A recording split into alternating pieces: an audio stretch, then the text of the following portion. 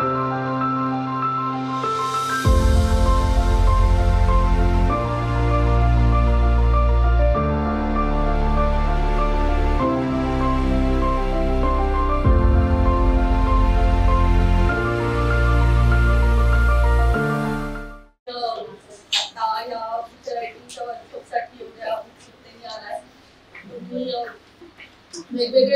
वर्गांचे विद्यार्थी आहेत आणि मीडियम पण म्हणजे इंग्रजी, मराठी आणि हिंदी असं पण आहे.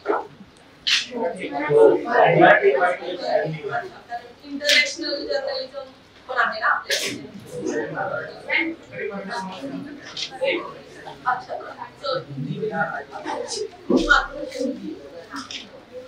आणि अजून पुन्हा कुणाचा म्हणजे मराठी व्यतिरिक्त हिंदी में भी समझते हो मराठी ओके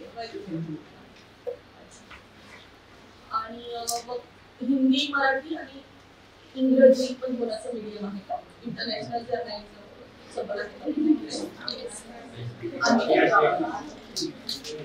मग असं मराठी आणि हिंदी किंवा मध्ये इंग्रजी असं चालेल.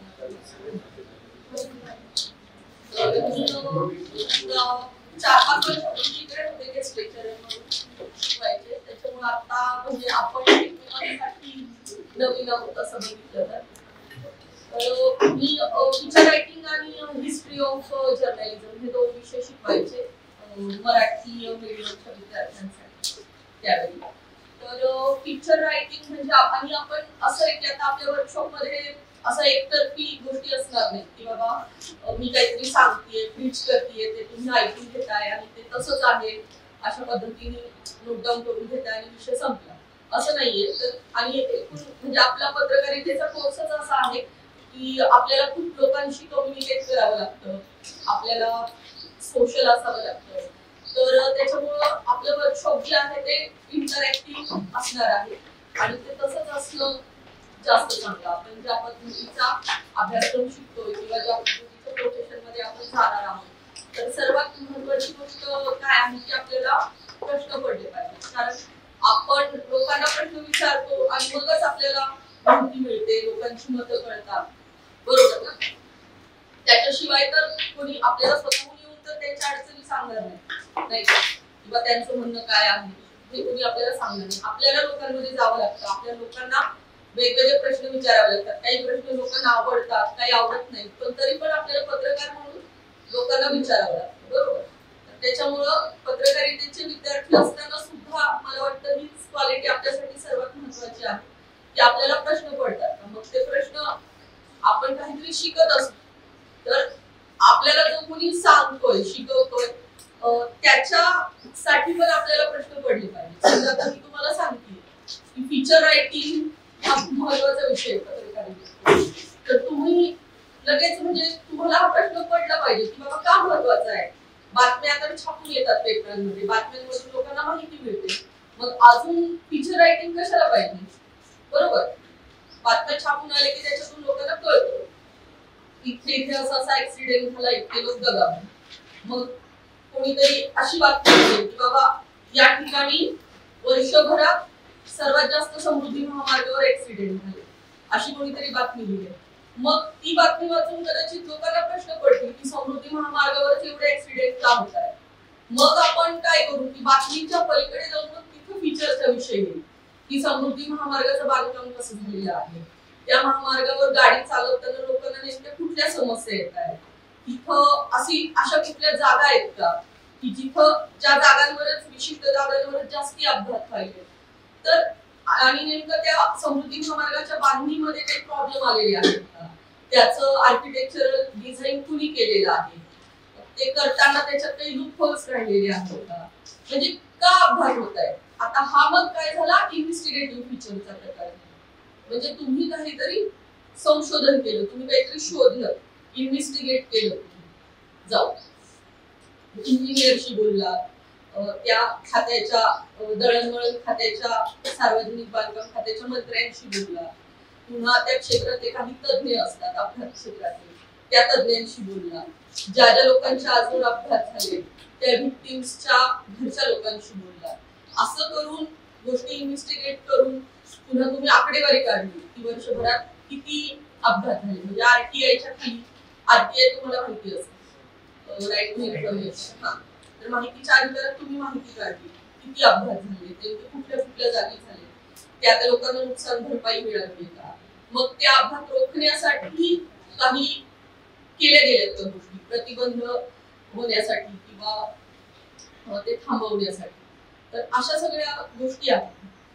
मग हे इन्व्हेस्टिगेटिव्ह फीचर झालं, म्हणजे बातमी तर आलेली आहे की बाबा समृद्धी महामार्गावर वर्षभरात किती अपघात झाले, पण मग त्या बातमीच्या पलीकडे जाऊन मग पुढे काय, म्हणजे तर हे इथं मग फीचरची गोष्ट इथे.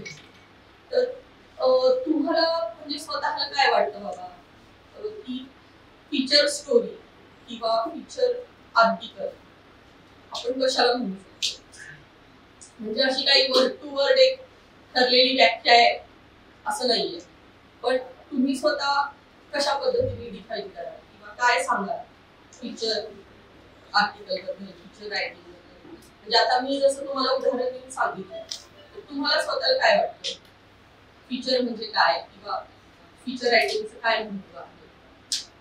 आपको क्या लगता है फीचर राइटिंग को कैसे डिफाइन करोगे आप अपने लफ्जों में, उसकी अहमियत क्या बताओगे? मॅडम बातमीला आपण ते 5W वनरेश मध्ये पाहतो, पण फीचरला त्या पलीकडे जे इमोशन्स असतील, भावना असतील, जो विषय घेऊन आपण तो हाताळतो, त्याच्यात नेमकं जसं म्हणले की त्या परिवाराच्या व्यक्तींसोबत बोललं पाहिजे, या गोष्टी आपण बातमीत फक्त प्रतिक्रिया म्हणून 4 वेळा छापू शकतो, पण फीचर मध्ये आपल्याला लिमिट नसते, आपण ते मोठ्या स्वरूपात करू शकतो, म्हणून फीचर असं वेगळं असतं. आपल्याला काही लिमिटेशन असतात की हे गोष्टी लिहायला पाहिजे, जागा पण पडली, फीचरमध्ये आपण आपले इमोशन्स एक्सप्रेस करून त्यांना लिहू शकतो. बरोबर, आपली मत भावना आपण मांडू शकतो पत्रकार म्हणून. कारण हा दोन्ही महत्त्वाचे मुद्दे आहेत त्या दोघांचे पण, की बातमीमध्ये आपल्याला सांगितलेलं असतं की बातमी वस्तुनिष्ठ ऑब्जेक्टिव्ह असली पाहिजे. बातमीमध्ये आपण पत्रकार म्हणून म्हणू शकत नाही की सरकारची कामगिरी अत्यंत खराब आहे, वर्षभरामध्ये एवढे अपघात झाले आणि ह्याच्यातून दिसून येतं की सरकार लोकांच्या प्रती काही संवेदनशील नाही अजिबात, असं आपण बातमीत नाही म्हणू शकत. पण फीचर मध्ये तुम्ही सरकारवर टीका करू शकता, उदाहरणं देऊन सांगू शकता की कशा प्रकारे आजवर सरकारने दुर्लक्ष केलेलं आहे ह्या सगळ्या अपघाताच्या pattern. You can express your opinions, views, you can criticize government, common people, citizens or the whole system. और न्यूज जो होती है, news is considered to be objective only. There should be facts, figures and not opinions. So ही आपण फीचरची strength हम इसको बोल सकते हैं कि बियॉन्ड फैक्ट्स, बियॉन्ड फिगर्स जाकर हम उसको ये कर सकते हैं, एनालिसिस कर सकते हैं, उसमें क्रिटिसिज्म कर सकते हैं और अलग अलग एलिमेंट्स जो है उस घटना से जुड़े हुए. म्हणजे आता मी जसं अपघाताचं उदाहरण दिलं त्याच्यामध्ये तज्ञ असतील, नागरिक असतील, बांधकाम खात्यातले लोक असतील, त्या खात्याचे मंत्री असतील, मुख्यमंत्री असतील, हे सगळे एलिमेंट्स घेऊन तुम्ही त्याच्यामध्ये त्या लोकांचं म्हणणं देऊन कंपाईल करून तुम्ही ते मांडू शकता.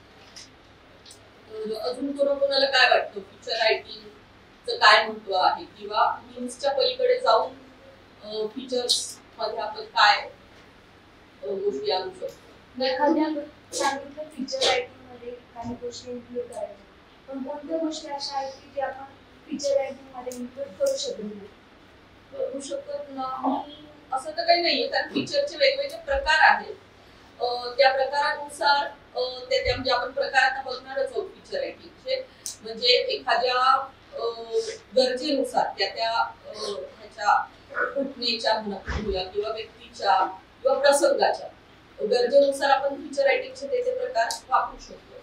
आणि त्याच्यामध्ये असं हार्ड अँड फास्ट काही फॉर्म्युला नाहीये की बाबा अशाच पद्धतीने लिहिलं गेलं पाहिजे, त्यात तेच असलं पाहिजे.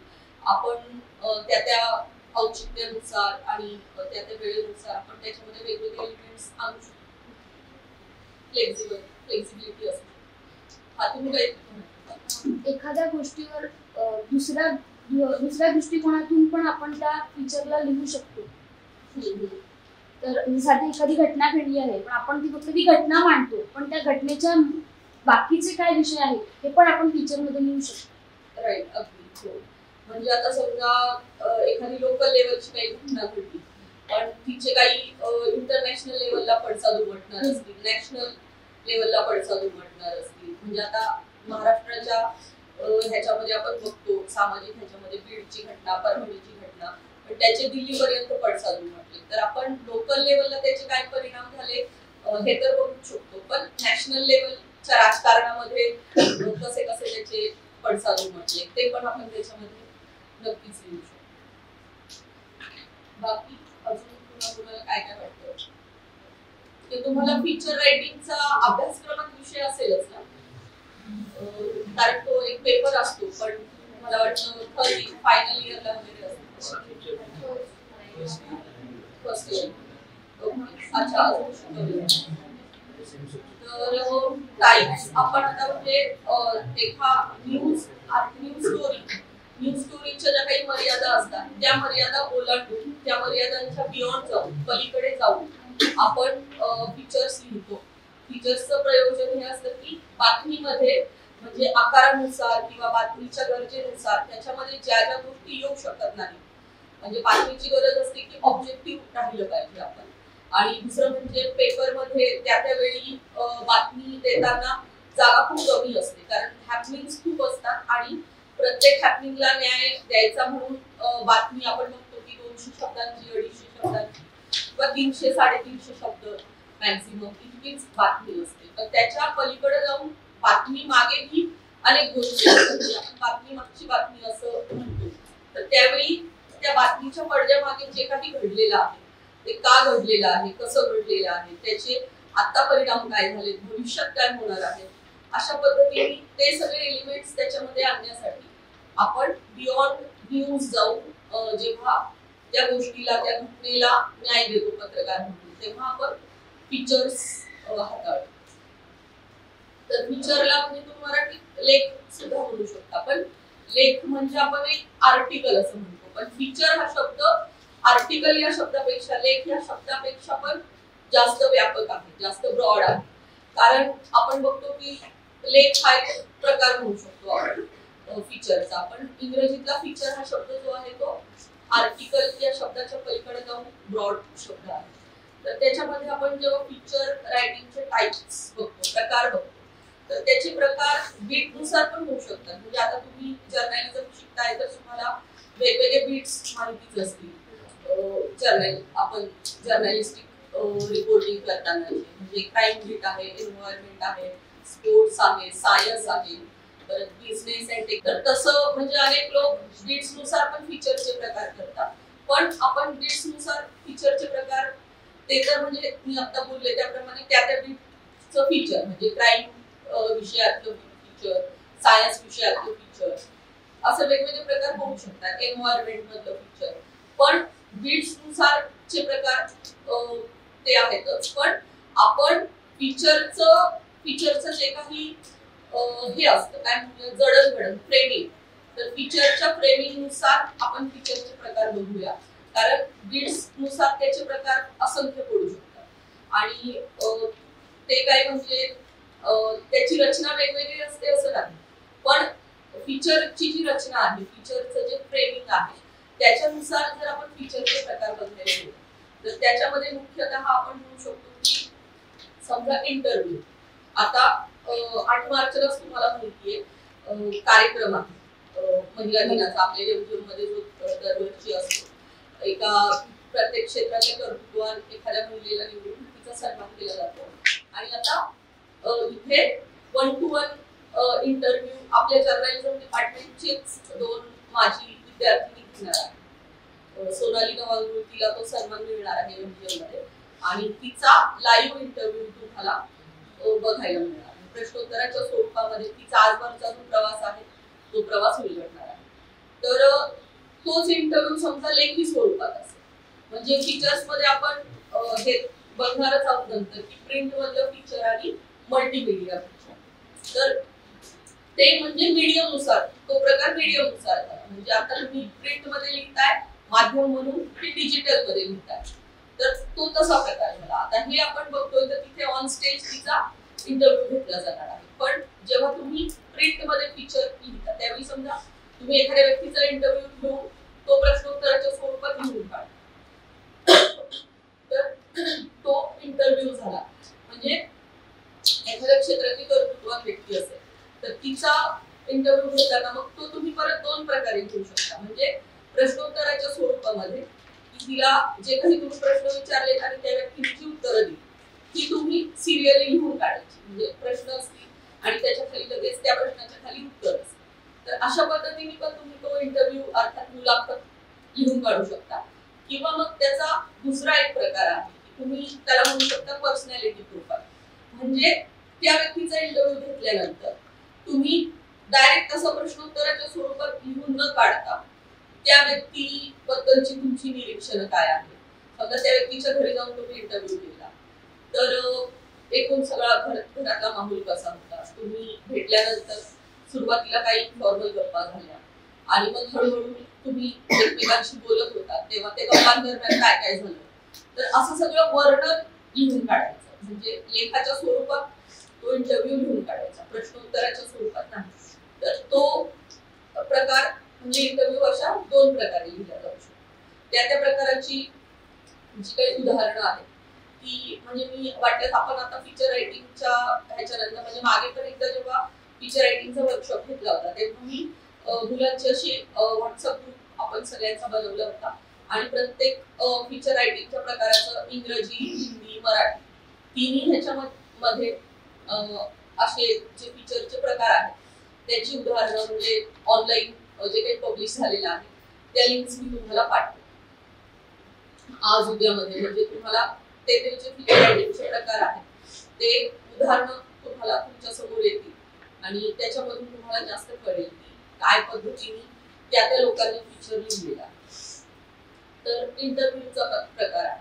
आणि आता म्हणजे आताही तुम्ही आता उद्याचा परवा दिवशीचा कार्यक्रम होणार आहे तर आपण त्याच्यामध्ये फीचर रायटिंगचा अजून एक प्रकार जो आहे तो प्रकार म्हणजे एक्सरसाइज म्हणून तुम्ही करावा असा अपेक्षित आहे. तर जो काही 8 मार्चचा कार्यक्रम होईल त्याचं रिपोर्ट रायटिंग म्हणजे वृत्तांत लेखन. म्हणजे एखाद्या कार्यक्रमाची बातमी तर येतेच पण त्या बातमीमध्ये आपण बोलल्यासारखं सगळ्या गोष्टी मावत नाही. बातमीला शब्दांची मर्यादा असते, जागेची मर्यादा असते. तर आपण त्या कार्यक्रमाचा पूर्ण लाईव्ह वृत्तांत लिहून काढायचा. म्हणजे अगदी छोटी छोटी निरीक्षणं त्याच्यामध्ये आली पाहिजे तुमची स्वतःची.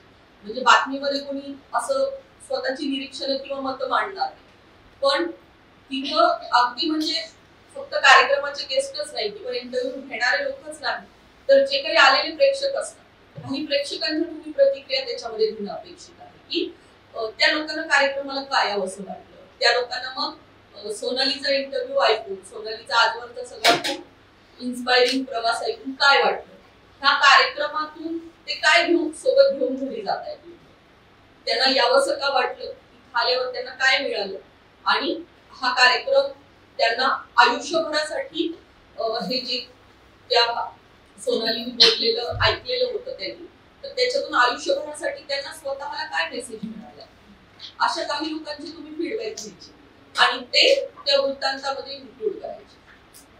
परत तुम्ही रेखा शेळके मॅम असतील, परत कार्यक्रमाचे अजून काही 4-5 संयोजकांना लोक असतील, निवड समिती असेल पुरस्काराची म्हणजे सोनालीला पुरस्कार दिला तर त्या पुरस्काराची जी निवड समिती आहे तर त्यांच्यापैकी काही 1-2 लोकांची प्रातिनिधिक म्हणजे सगळ्या लोकांशी बोलल्यावर आपलं ते खूप रिपिटेटिव्ह होऊ शकतं किंवा मग त्याची गरजही नसते. तर प्रातिनिधिक तुम्ही कुणी पण 2 लोक निवडायची, त्यांना म्हणायचं तुम्हाला त्याच व्यक्तीला पुरस्कारासाठी का निवडावं, सर्वात तुम्हाला यावर्षी हीच व्यक्ती सर्वात योग्य आहे हे तुम्हाला का वाटतं असं म्हणून तुम्ही त्या व्यक्तीची प्रतिक्रिया त्याच्यामध्ये घ्यायची.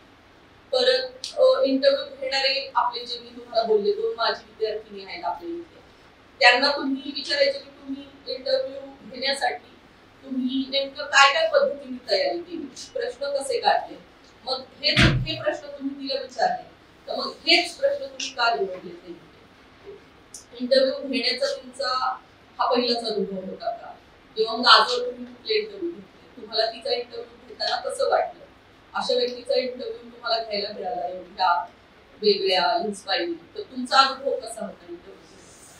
असे सगळे एलिमेंट किंवा अजून त्याच्यामध्ये काय काय असू शकते तुम्हाला काय वाटतं? तर म्हणजे एकूण कार्यक्रमाचं आयोजन कसं होतं, माहोल कसा होता, त्याच्यामध्ये काही म्हणजे तिनं बोलताना एकदा काही गंमत केली असेल, काही विनोद केले असतील, असे काही किस्से घडले.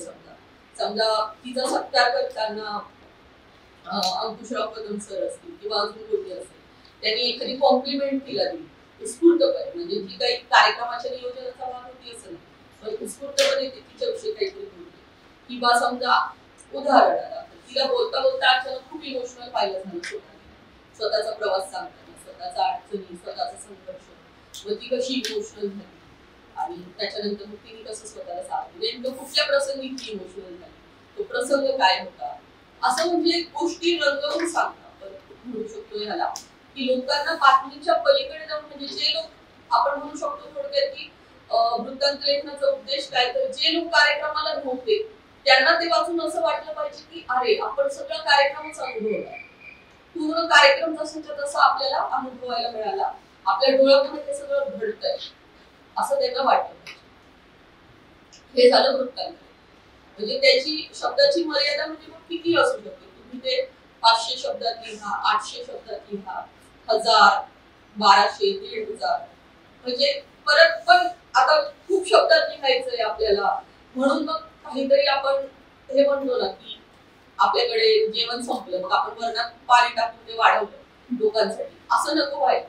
आपण जे लिहितोय त्याची जी इंटेन्सिटी आहे, त्याचा जो प्रभाव आहे, त्याची जी वाचनीयता आहे, त्याच्यात जे इंटरेस्टिंग गोष्टी आहेत त्या तशाच राहिल्या पाहिजे. म्हणजे खूप ते वाचताना असं लोकांना नाही वाटलं पाहिजे की अरे किती रिपिटेटिव्ह आहे, अरे खूपच कंटाळा येतो, बरं आता पुढे, हा ठीक आहे कळलं आता पुढे, असं नाही त्यांना झालं पाहिजे. त्यांना खूप कॉम्पॅक्ट पद्धतीने खूप वाचनीय आणि खूप इंटरेस्टिंग अनुभव मिळाला पाहिजे. त्यांच्या डोळ्यापुढेच हे सगळं घडतंय का काय असं त्यांना वाटतं.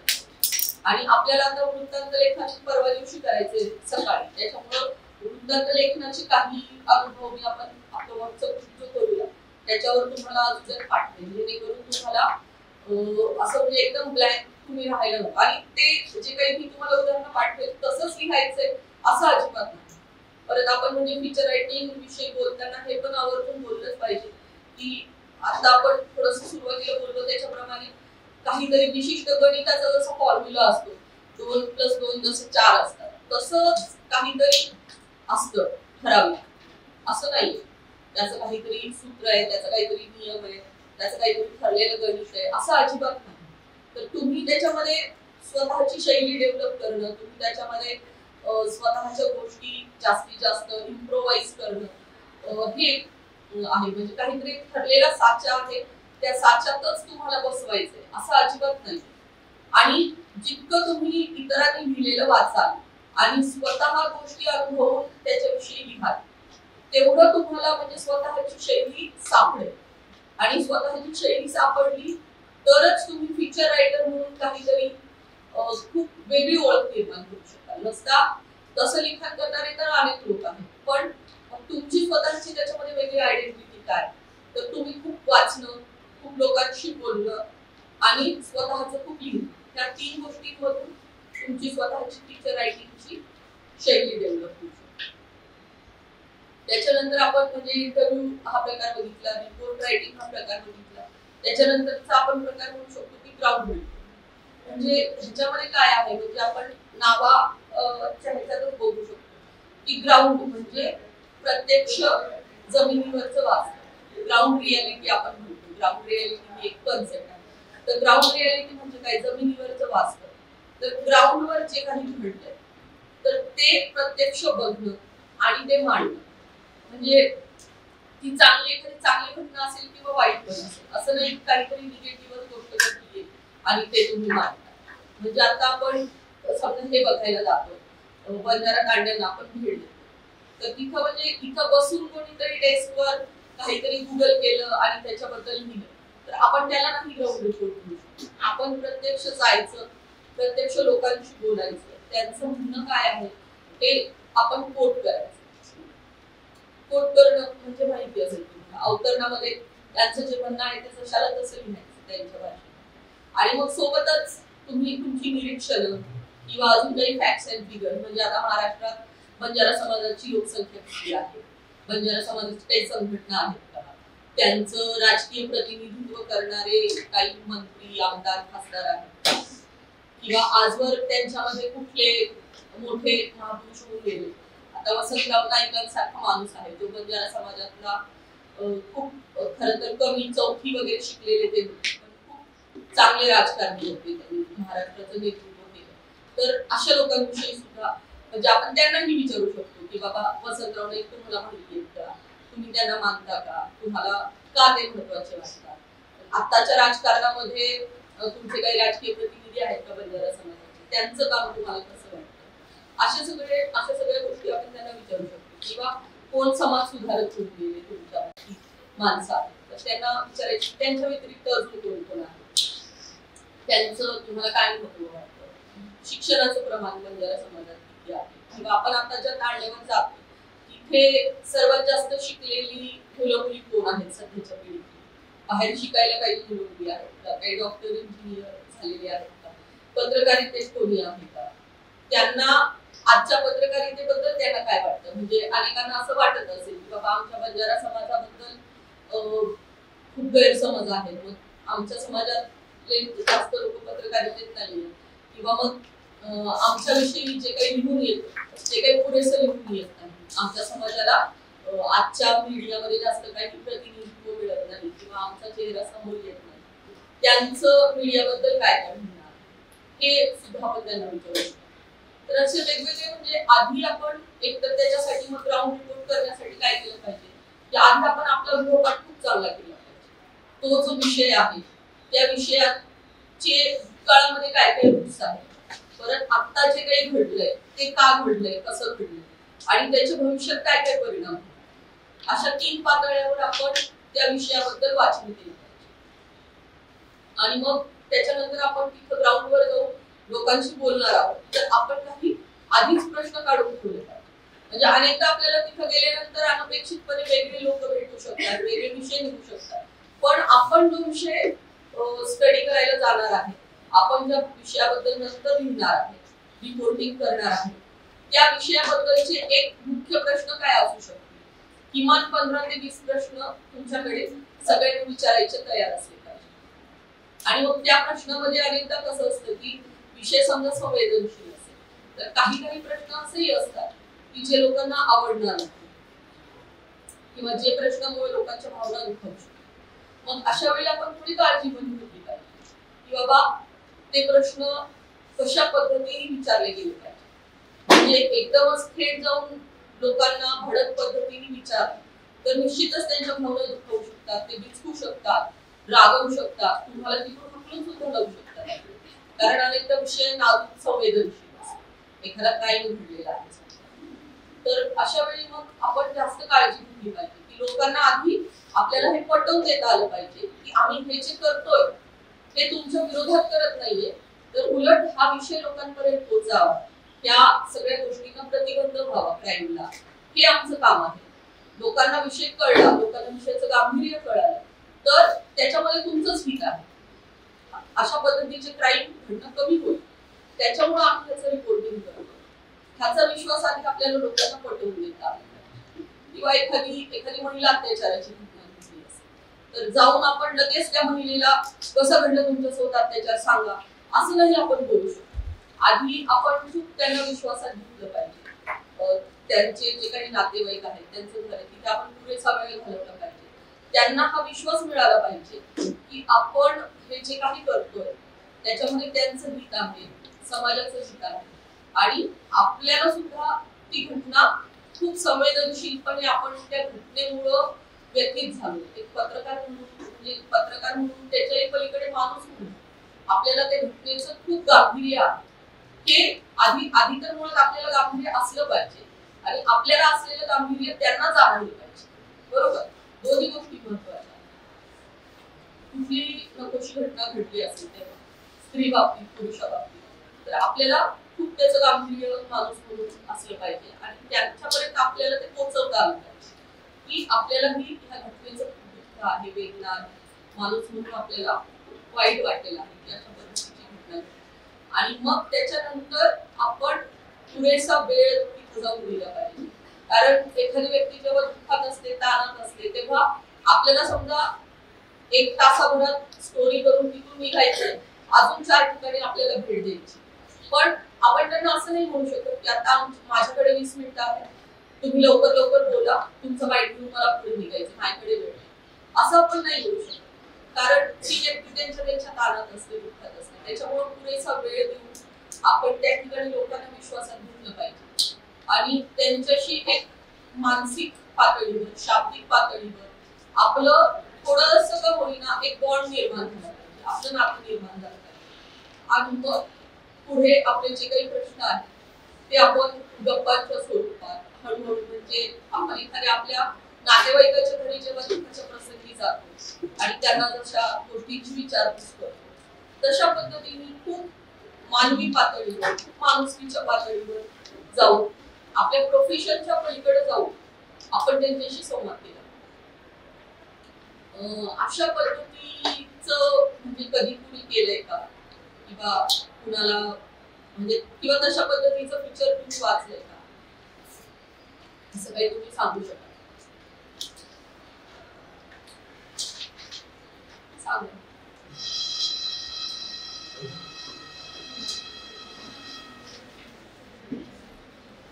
आपल्या कॉलेजच्या मावशी, कोळगे मावशी, त्यांचं वैयक्तिक जीवन खूपच संघर्षमय आणि दुःखमय आहे. त्याच्यावर आम्ही एक मागच्या वेळेस 8 मार्चला सकाळमध्ये पिक्चर दिलं होतं पहिल्या विशेषमध्ये. तर त्यांचं वैयक्तिक आयुष्य असं, सगळ्यांनीच ऐका, त्यांचं वैयक्तिक आयुष्य असं की त्यांचा नवरा हा बजाज मध्ये कामाला होता आणि त्याला दारूचं खूप व्यसन होतं, तुम्हाला माहिती असेल बऱ्याच. तर तो घरात पैसेच देत नाही आणि दारू सोबत त्यांना अजून बरेच व्यसन लागले. आणि त्यात एक वाईट व्यसन असं लावलं की त्यांनी एक दुसरी बायको पण घरी घेतली. दुसरी बायको आणल्यानंतर मावशींना सवत आली. मग आधीच एक बायको, त्यात 2 मुली, मुलगा होत नाही म्हणून दुसरी बायको केली. तिच्याकडनं पण 2 मुलीच झाल्या आणि कर्जबाजारी झाला, नोकरी सोडली, घर चालवणं अवघड होतं. तर अशा काळात तो बायकांना पण मारायचा. तर एकदा एवढा वाद झाला की त्यांनी रूम लावून स्वतःची फाशी घेतली. आणि फाशी घेतल्यानंतर सगळ्यात वाईट परिस्थिती की त्यावेळेस कोरोना आला. तर कोरोना काळात आता कमवणारा गेला तर घर चालवायचं. आणि त्यात सगळ्यात वाईट प्रसंग असा आला की कोळगे मावशींना ब्रेस्ट कॅन्सर आपल्या. तर मग म्हणजे ते म्हणतात ना, छोटी टेकडी नाही पडली, डोंगर पडलं वरून जोरात पाऊस सुरू झाला, अशी परिस्थिती होती. मग त्यानंतर त्यांचं ब्रेस्ट कॅन्सर ऐकतानाही आपल्याला दडपण येतं, एवढी संकटाची मालिका म्हणजे अनुभवणाऱ्या व्यक्तीचं काय. तर विचार करा, ब्रेस्ट कॅन्सर झालाय, कोरोना आलाय, कमवायला माणूस घरात मेलेला, 2 सवत, 4 मुली. अशा परिस्थितीत दोघी सवतींनी घरकामापासून मिळालं काम केलं, घर चालवलं. आपल्या शेळके मॅडमनी आणि एमजीनी त्यांना खूप सपोर्ट केला त्या कॅन्सर मधून बाहेर येण्यासाठी. आपल्या हॉस्पिटल त्यांची बरीच ट्रीटमेंट फ्री केली. आणि सगळ्यात महत्वाचं, मावशींनी स्वतः की मी जर धीर सोडला तर माझ्या मुलींना पाहणारं कोणीच नाही, ही जिद्द मनाशी बाळगून त्यांनी त्या कॅन्सरला झुंज दिली. त्यातून त्या बाहेर आल्या आणि आज त्यांच्या 4ही मुली चांगल्या शिकून बीएड करून नोकरीला लागून लग्न झाले, 2 सवती बहिणीसारखं राहतात आणि सुखाचं जीवन जगतात. तर हे खूप एक म्हणजे बातमीत कसं लिहिणार, बातमी नाहीच आहे, ही एक स्टोरी आहे, एक फीचर आहे. मग ते बाहेर काढण्यासाठी ज्यावेळेस आम्ही मावशीशी बोललो, मॅडम तुम्हाला खरं सांगतो, मावशी किंवा अर्धा तास रडत होती. चिंतन झालं, आम्ही त्यांच्याशी ती संवाद साधला. मी, धनश्री, अनुराधा, त्या ट्रॉमा होता. आपण आता जे बोलतोय तेच की आपला जो ऑब्जेक्ट आहे, म्हणजे आता ऑब्जेक्टही म्हणायला नाही पाहिजे, पण ज्याच्यातून मुलाखत घेतो त्या व्यक्तीला ट्रॉमा होता. आता ट्रॉमा होतो म्हणून आपण त्याची स्टोरी ऐकायची आणि लिहायची नाही का, कारण त्याची स्टोरी प्रेरणादायी आहे, ती लोकांपुढे जाणं तर गरजेचं आहे. परत काय होतं, त्या व्यक्तीचं पण मन मोकळं होतं, कॅथार्सिस होतं. पण ती व्यक्ती म्हणजे काय दगड नाहीये ना, किंवा रोबोट नाहीये ना, काहीतरी फीड आहे, आपण बटन ऑन केलं आणि सुरू झालं असं नाही ना. त्या व्यक्तीला भावना आहे, तिला ट्रॉमा होता. आता हा जो सांगतो तो ट्रॉमा, अर्धा तास त्या रडल्या. म्हणजे बघा, ऐकतानाच आपल्याला कसं वाटतं, म्हणजे त्यांचं रडणं ह्यांनी संयमाने रिसीव्ह केलं. आणि मग पुढे काय झालं, अर्धा तास रडल्यानंतर प्रश्न विचारायचे कसे विचारायचे. एखाद्याला जर विचारायचे की तुम्हाला सवत आली, कसं विचारणार, ती गोष्ट काढून घेणं, त्याच्यानंतर त्या रडताना त्यांना धीर देणं, त्यांना अशी एक मॅडम जे म्हणलं की विश्वास देणं की बाबा आम्ही तुमच्याकडे तुमचा खेळ करत नाही, आम्हाला ते जाणून घेऊन एक जगाला दाखवायचं की संघर्ष काय असतो, युद्ध काय असतो, हेतू कळला पाहिजे, समोरचा हेतू कळायला. तर त्या अर्ध्या एक तासामध्ये फीचर कळूनच गेलं की काय करायला हवं. तर एक तो खूप छान अनुभव होता. तुमची जी स्टोरी आहे ना सॉफ्ट कॉपीच्या स्वरूपात ऑनलाईन पण असेल ना, की आपल्या ऑनलाईन जर असेल तर आपल्या व्हॉट्सअप ग्रुपवर नंतर टाका. आपल्या लायब्ररीत आहे ते पेपर मध्ये. आणि तुम्ही मग आधी कशी तयारी केली, म्हणजे हे सगळे इनपुट तुम्हाला त्यांच्या प्रवासाबद्दल थोडे आधी माहिती होते का? हा, कारण तुम्ही त्यांची निवड केली म्हणजे तुम्हाला त्यांचा संघर्ष हे माहितीच असणार. आमचा विषय चालू होता कुठून काढली ती माहिती, कुठून काढली, कशी काढली, असं काहीतरी एक स्टोरी करायची किंवा फीचर करायचं विचार चालू होता. मग जेव्हा आम्ही सरांशी चर्चा केली, रणवीर सर आम्हाला फीचर शिकवायचे, तर रणवीर सरांनी सांगितलं की मावशी तो बहुत ये है. मग सुरुवातीला चर्चा केली. मग ह्यांच्या मावशीकडे डायरेक्ट प्रश्न उत्तर विचारण्या अगोदर जे लोक त्यांना ओळखतात किंवा त्यांनी तो काळ पाहिलाय त्यांच्याकडनं ती सगळी माहिती घेतली. आणि मग आमचा एक छोटासा एक रफ डेटा तयार केला की बाबा हा हे आपल्याला मिळालंय, त्याच्यातनं अजून काय मिळवायचं की ते मावशीकडनंच मिळू शकतो. आम्ही त्याची तयारी केली कागदावर आणि मग मावशींसोबत जाऊन गप्पा मारल्या, त्यांना पटवलं की बाबा आम्ही असं करणार आहे.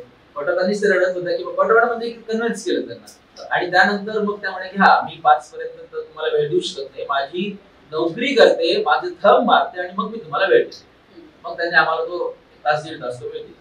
तयारी होती की जे त्यांना ओळखतात किंवा त्यांनी जो काळ पाहिलाय त्यांच्याशी चर्चा.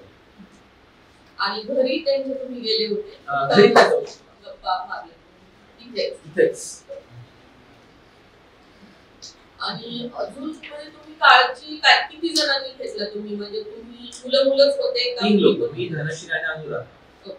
आणि तुम्हाला काय वाटलं म्हणजे की बाबा अशी काही ठरवून तुम्ही काही काळजी घेतली का त्यांच्याशी बोलताना? कारण नक्कीच नाजूक आणि सेन्सिटिव्ह विषय आहे सगळा, त्याच सुरुवातीला रडायला लागल्या, म्हणजे तुम्ही काय काळजी घेतली होती त्या दरम्यान? एक प्रश्न असा होता की ज्यावेळेस ते म्हणले की माझ्या नवऱ्याने दुसरी बायको केली, तर आता हा प्रश्न आणि हे काहीतरी लिहिण्यासारखं आहे, समजण्यासारखं आहे. मग असं डायरेक्ट विचारलं असं की बाबा तुम्ही त्यांना आवडत नव्हते म्हणून दुसरी आणली, असं विचारलं असेल त्यांच्या भावना हेच पोहोचले असते. तर विचारलं बाबा करण्याचं कारण काय? संसार सुखाला चालू होता, 2 लेकरं होते. मग मावशी म्हणाले की लेकरं होते पण त्या मुली होत्या, त्याला मुलगा हवा म्हणून त्याने ती दुसरी बायको आणली. तर तो विचार करणे त्यांच्या भावना दुखवल्या नाही पाहिजे असा विचार करूनच आम्ही ते प्रश्न. तर हे खूप महत्वाचं आहे, म्हणजे how to frame a question feature writing मध्ये किंवा कुणाची आपण आता इंटरव्ह्यू हा जरी फीचरचा एक प्रकार असला तरी इतरही वेळी आपल्याला इंटरव्ह्यूचे स्किल्स, म्हणजे फक्त इंटरव्ह्यू हा फीचरचा प्रकार हाताळतानाच नाही, तर आता ह्यांनी पर्सनॅलिटी प्रोफाईल दिलं समजा, किंवा ग्राउंड रिपोर्टिंग करताना आपण म्हणतो की एखाद्या गावात आपण जातो, तिथे एखादी जी वाईट घटना घडलेली असेल तर त्या गावकऱ्यांशी बोलणं, सरपंचाशी बोलणं, गावातल्या महिलांशी बोलणं, गावातला ग्रामसेवक असेल त्याच्याशी बोलणं. तर हे सगळं करताना आपल्याला इंटरव्ह्यूचे स्किल्स वापरावे लागतात, कारण अल्टिमेटली आपण पत्रकार म्हणून माहिती लोकांकडून मिळवणार असतो आणि अजून मोठ्या लोकांपर्यंत, मासेस पर्यंत आपण पोहोचवणार असतो. बरोबर? आपण काही आपल्याला माहिती हवेतून मिळत नाही किंवा इथं बसून आपण काही काल्पनिक फिक्शन लिहित नाही. फिक्शन आणि जर्नलिस्टिक रायटिंग ह्याच्यात फरक आहे. फिक्शन हे काल्पनिक असतं आणि इथं जे काही आहे ते आपण वास्तव लिहितो. अनेकदा आपण लोकांची नावं बदलून लिहितो, कारण त्या लोकांची ओळख उघड करण्यासाठी हे असतं, धोक्याचं असतं, त्यांच्यासाठी त्रासाचं असतं. पण नाव बदललं तरी आपण तिथे कंसात लिहितो की लोकांचं नाव आपण त्या लोकांच्या सुरक्षेच्या कारणास्तव किंवा त्या लोकांचं खासगीपण जपण्यासाठी, निरामीपण जपण्यासाठी बदललेला असं आपण लिहितो. म्हणजे काल्पनिक गोष्टी नाही आहेत, आपण नाव बदललं तरी आपण तिथे सांगतो त्या लोकांच्या सुरक्षेसाठी नाव बदललं, पण त्यांचं म्हणणं जे आहे ते जसंच्या तसं त्यांच्या शब्दात आपण लिहितो. तिथं आपण ऑब्जेक्टिव्हिटी किंवा फॅक्ट्स ह्याच्यासोबत आपण कॉम्प्रोमाइज करत. बरोबर? तर अशा वेळी प्रश्न कसे विचारले पाहिजे, म्हणजे आपल्याला एखाद्याकडून नाजूक माहिती, संवेदनशील माहिती काढून तर घ्यायची, कारण ती माहिती मिळाल्याशिवाय आपलं फीचर जे आहे ते वेगळं होणार नाही, चांगलं होणार नाही, खरं ऑथेंटिक होणार नाही. बरोबर? पण ती माहिती त्या व्यक्तीसाठी ट्रॉमॅटिक असू शकते. आता जसं त्यांनी सांगितलं त्यांचा प्रवास खूप प्रेरणादायी असला सगळ्यांसाठी, तरी तो प्रवास आठवणं ही त्यांच्यासाठी खूप नकोशी गोष्ट असते. त्यामुळं काय नाही करायला पाहिजे, प्रश्न कसे नाही विचारायला पाहिजे हे आपल्याला जास्त कळलं पाहिजे. कुठले प्रश्न विचारले पाहिजे, कसे विचारले पाहिजे, ह्याच्यापेक्षा आपण अडचणीचे किंवा नकोसे प्रश्न विचारलेच पाहिजे. पत्रकार म्हणून आपलं ते कामच आहे. पण समोरच्याला संकोच वाटणार नाही, समोरच्याच्या अंगावर गोष्टी येणार नाही, अशा पद्धतीने ते विचारले. तर इथं मग आपली माणूस म्हणून, आपलं पत्रकारपेक्षा माणूस म्हणून आपली जी संवेदनशीलता आहे ती जास्त पणाला लागते. आणि माणूस म्हणून जर तुम्ही सेन्सिटिव्ह असाल तर, म्हणजे मला तरी असंच वाटतं की माणूस म्हणून सेन्सिटिव्ह असाल तुम्ही, तरच पत्रकार म्हणून ती सेन्सिटिव्हिटी तुमच्यात येऊ शकते. म्हणजे पत्रकार असण्याचं प्रोफेशन काही असं काही ऑन ऑफ केलं म्हणजे आता मी पत्रकार आहे, आता मी फक्त माणूस आहे, आता माझं प्रोफेशन ठेवलं बाजूला, असं म्हणजे डॉक्टर वकिलासारखं आपण काही आपला पोट उतरवून ठेवला संपलं असं. आपल्याला म्हणजे 24 तास जगताना आपल्याकडे एक नजर लागते पत्रकार म्हणूनची, जी आपल्याला वेगवेगळे विषय देत असते. म्हणजे आता त्यांनी सांगितलेलं सुधारणा आपण करू शकतो. आपल्याला वाटेल की काहीतरी खूप काहीतरी घडतंय, गाझामध्ये घडतंय, पॅलेस्टीनमध्ये, इस्रायलमध्ये घडतंय, तर तिथं जाऊन आपण त्याचं वार्तांकन केलं पाहिजे. तर ते विषय खूप गंभीर आहेत, महत्वाचे आहेत, प्रश्नच नाही. पण इथं आपल्या आसपासची लोक आहेत, त्यांचा पण काही एक संघर्ष आहे. आणि उलट आपलं असं होतं की अनेकदा आपण आपली एक ब्रॉड नजर, आपली एक वाईड लेन्स एवढी लावतो आपण की आपल्या आजूबाजूला जे चाललंय, म्हणजे आता आपण त्याच्या तोंडूनच फक्त ऐकला मावशीचा संघर्ष, तर म्हणजे आपल्याला असं आपल्या अंगावर शहारा आला आणि अरे बापरे असं तरी मनात आलं प्रत्येकाच्या की इतकी संकटाची कंटिन्यू मालिका, आणि तरीही ती व्यक्ती आज जिवंत आहे, ती व्यक्ती आज धीराने स्वतःचं काम करते, वैयक्तिक घरातल्या गोष्टी करते. म्हणजे आपण असा विचार करतो, नकळत करतो, कळत नकळत, की आपण त्या जागी असतो तर आपण कसं केलं असतं, काय रिएक्ट झालो असतो आपण आयुष्याला, माणसाला, प्रसंगांना, आपण कसं केलं, सगळं कसं निभावलं असतं. आणि ही व्यक्ती म्हणजे आपल्या आजूबाजूला आहे. त्यामुळे अनेकदा आपल्याला आपल्या आसपासचे महत्वाचे विषय, महत्वाच्या व्यक्ती आणि ज्यांची स्टोरी ही सांगण्यालायक असते, ऐकण्यालायक असते, वाचण्यालायक असते, असं जास्त दिसत नाही. कारण आपल्याला खूप दूरवरच्या ज्या घटना असतात म्हणजे त्यांचे परिणाम महत्वाचेच असतात, त्यांच्याबद्दल बोलणं लिहिणं महत्वाचंच असतं. पण आपल्या लोकल लेवलला, लोकल पेक्षाही अल्ट्रा लोकल लेवलला एकदम आपल्या आसपास ज्या माणसांच्या स्ट्रगलच्या गोष्टी असतात, जे काही प्रसंग घडतात, त्यांचे इम्पॅक्ट असतात, ते उलट आपल्या इतकं चांगलं कोणी करू शकत नाही. कारण आपण त्या गोष्टींच्या आसपास कायम असतो. म्हणजे उदाहरणार्थ तुम्ही एखाद्या गावातून आलेला असाल, त्या गावामध्ये काहीतरी म्हणजे समजा असं आपण बघू की पूर्वी ते गाव सेन्सिटिव्ह होतं, जातीय धार्मिक तणाव होता, पण हळूहळू त्या गावकऱ्यांनी संघटित होऊन तंटामुक्ती अभियान असेल म्हणा, किंवा अगदी त्या तंटामुक्ती किंवा इन्फॉर्मल लेवलवर सामाजिक संघटना किंवा इन्फॉर्मल लेवलवर एकमेकांशी संवाद करून खूप जातीय धार्मिक सलोखा आणला, गावात खूप विकासाची कामं केली. अशी तुमच्या गावाची गोष्ट असेल ती तुमच्या एवढी चांगली कुणीच सांगू शकणार नाही. कारण तुम्ही तिथे जन्मला, तुम्ही तिथे वाढला, तुमचे आई वडील, तुमचे आजोबा, त्यांची मुळं त्या गावामध्ये आहेत. त्याच्यामुळं आपण ज्या ठिकाणी राहतो तिथल्या स्टोरीज आधी शोधणं हे खूप महत्वाचं असतं. कारण बाहेरून कुणीतरी येऊन, आणि परत एक सेन्सिटिव्हिटीची पण गोष्ट असते की तुम्ही तुमच्या भावना त्या जागेशी जोडलेल्या आहेत, त्या माणसांशी जोडलेल्या आहेत. त्याच्यामुळे आपण जे ऑर्गॅनिक म्हणतो, खूप ऑथेंटिक ऑर्गॅनिक पद्धतीने तुम्ही जी ती स्टोरी सांगू शकाल, तर तुमच्या एवढी चांगली ती स्टोरी इतर कोणी सांगू शकणार नाही. आणि तुमच्यासाठी सुद्धा तो एक एक्सरसाइज म्हणून महत्वाचा असेल की बाबा आपण जिथून आलोय तिथले प्रश्न काय आहेत, तिथल्या माणसांच्या कथा काय आहेत, तिथल्या माणसांचे संघर्ष, तिथल्या माणसांच्या पॉझिटिव्ह इन्स्पायरिंग स्टोरीज, हे एक्सरसाइज म्हणून आपली आधी प्रायोरिटी असते. आणि त्याच्यानंतर मग आपण निश्चितच नॅशनल इंटरनॅशनल लेवलच्या गोष्टी त्याच्याबद्दल सुद्धा आपण ग्राउंड रिपोर्टिंग करू शकतो. पण आधी आपण आपल्या आसपासच्या गोष्टी शोधतो, हे जास्त चॅलेंजिंग आहे. आणि प्रत्येकाच्या आसपास स्टोरीज असतात, स्ट्रगल्स असतात, त्या माणसांची छोट्या मोठ्या यशाच्या कथा असतात, त्यांची स्वप्न असतात, त्यांची सुखदुःख असतात. तर ते आणि त्यांची भाषा आपल्याला कळते कारण आपण त्या भागातून आलेलो असतो. संपादकीय फीचर आहे की आर्टिकल? हा, संपादकीय फीचरच आहे. म्हणजे अग्रलेख हा जो प्रकार आहे आपण तो पण बघणारच आहोत की अग्रलेखामधून त्या आता आपण बघतोय की प्रत्येक पेपरामध्ये अग्रलेखाची जागा ही खूप श्रीक होत चालली, कमी कमी होत चालली. अनेक पेपरांनी तर अग्रलेख बंद केलेले आहेत, थेट बंद करून टाकले. त्या त्या पेपर्सना अग्रलेखच नाही.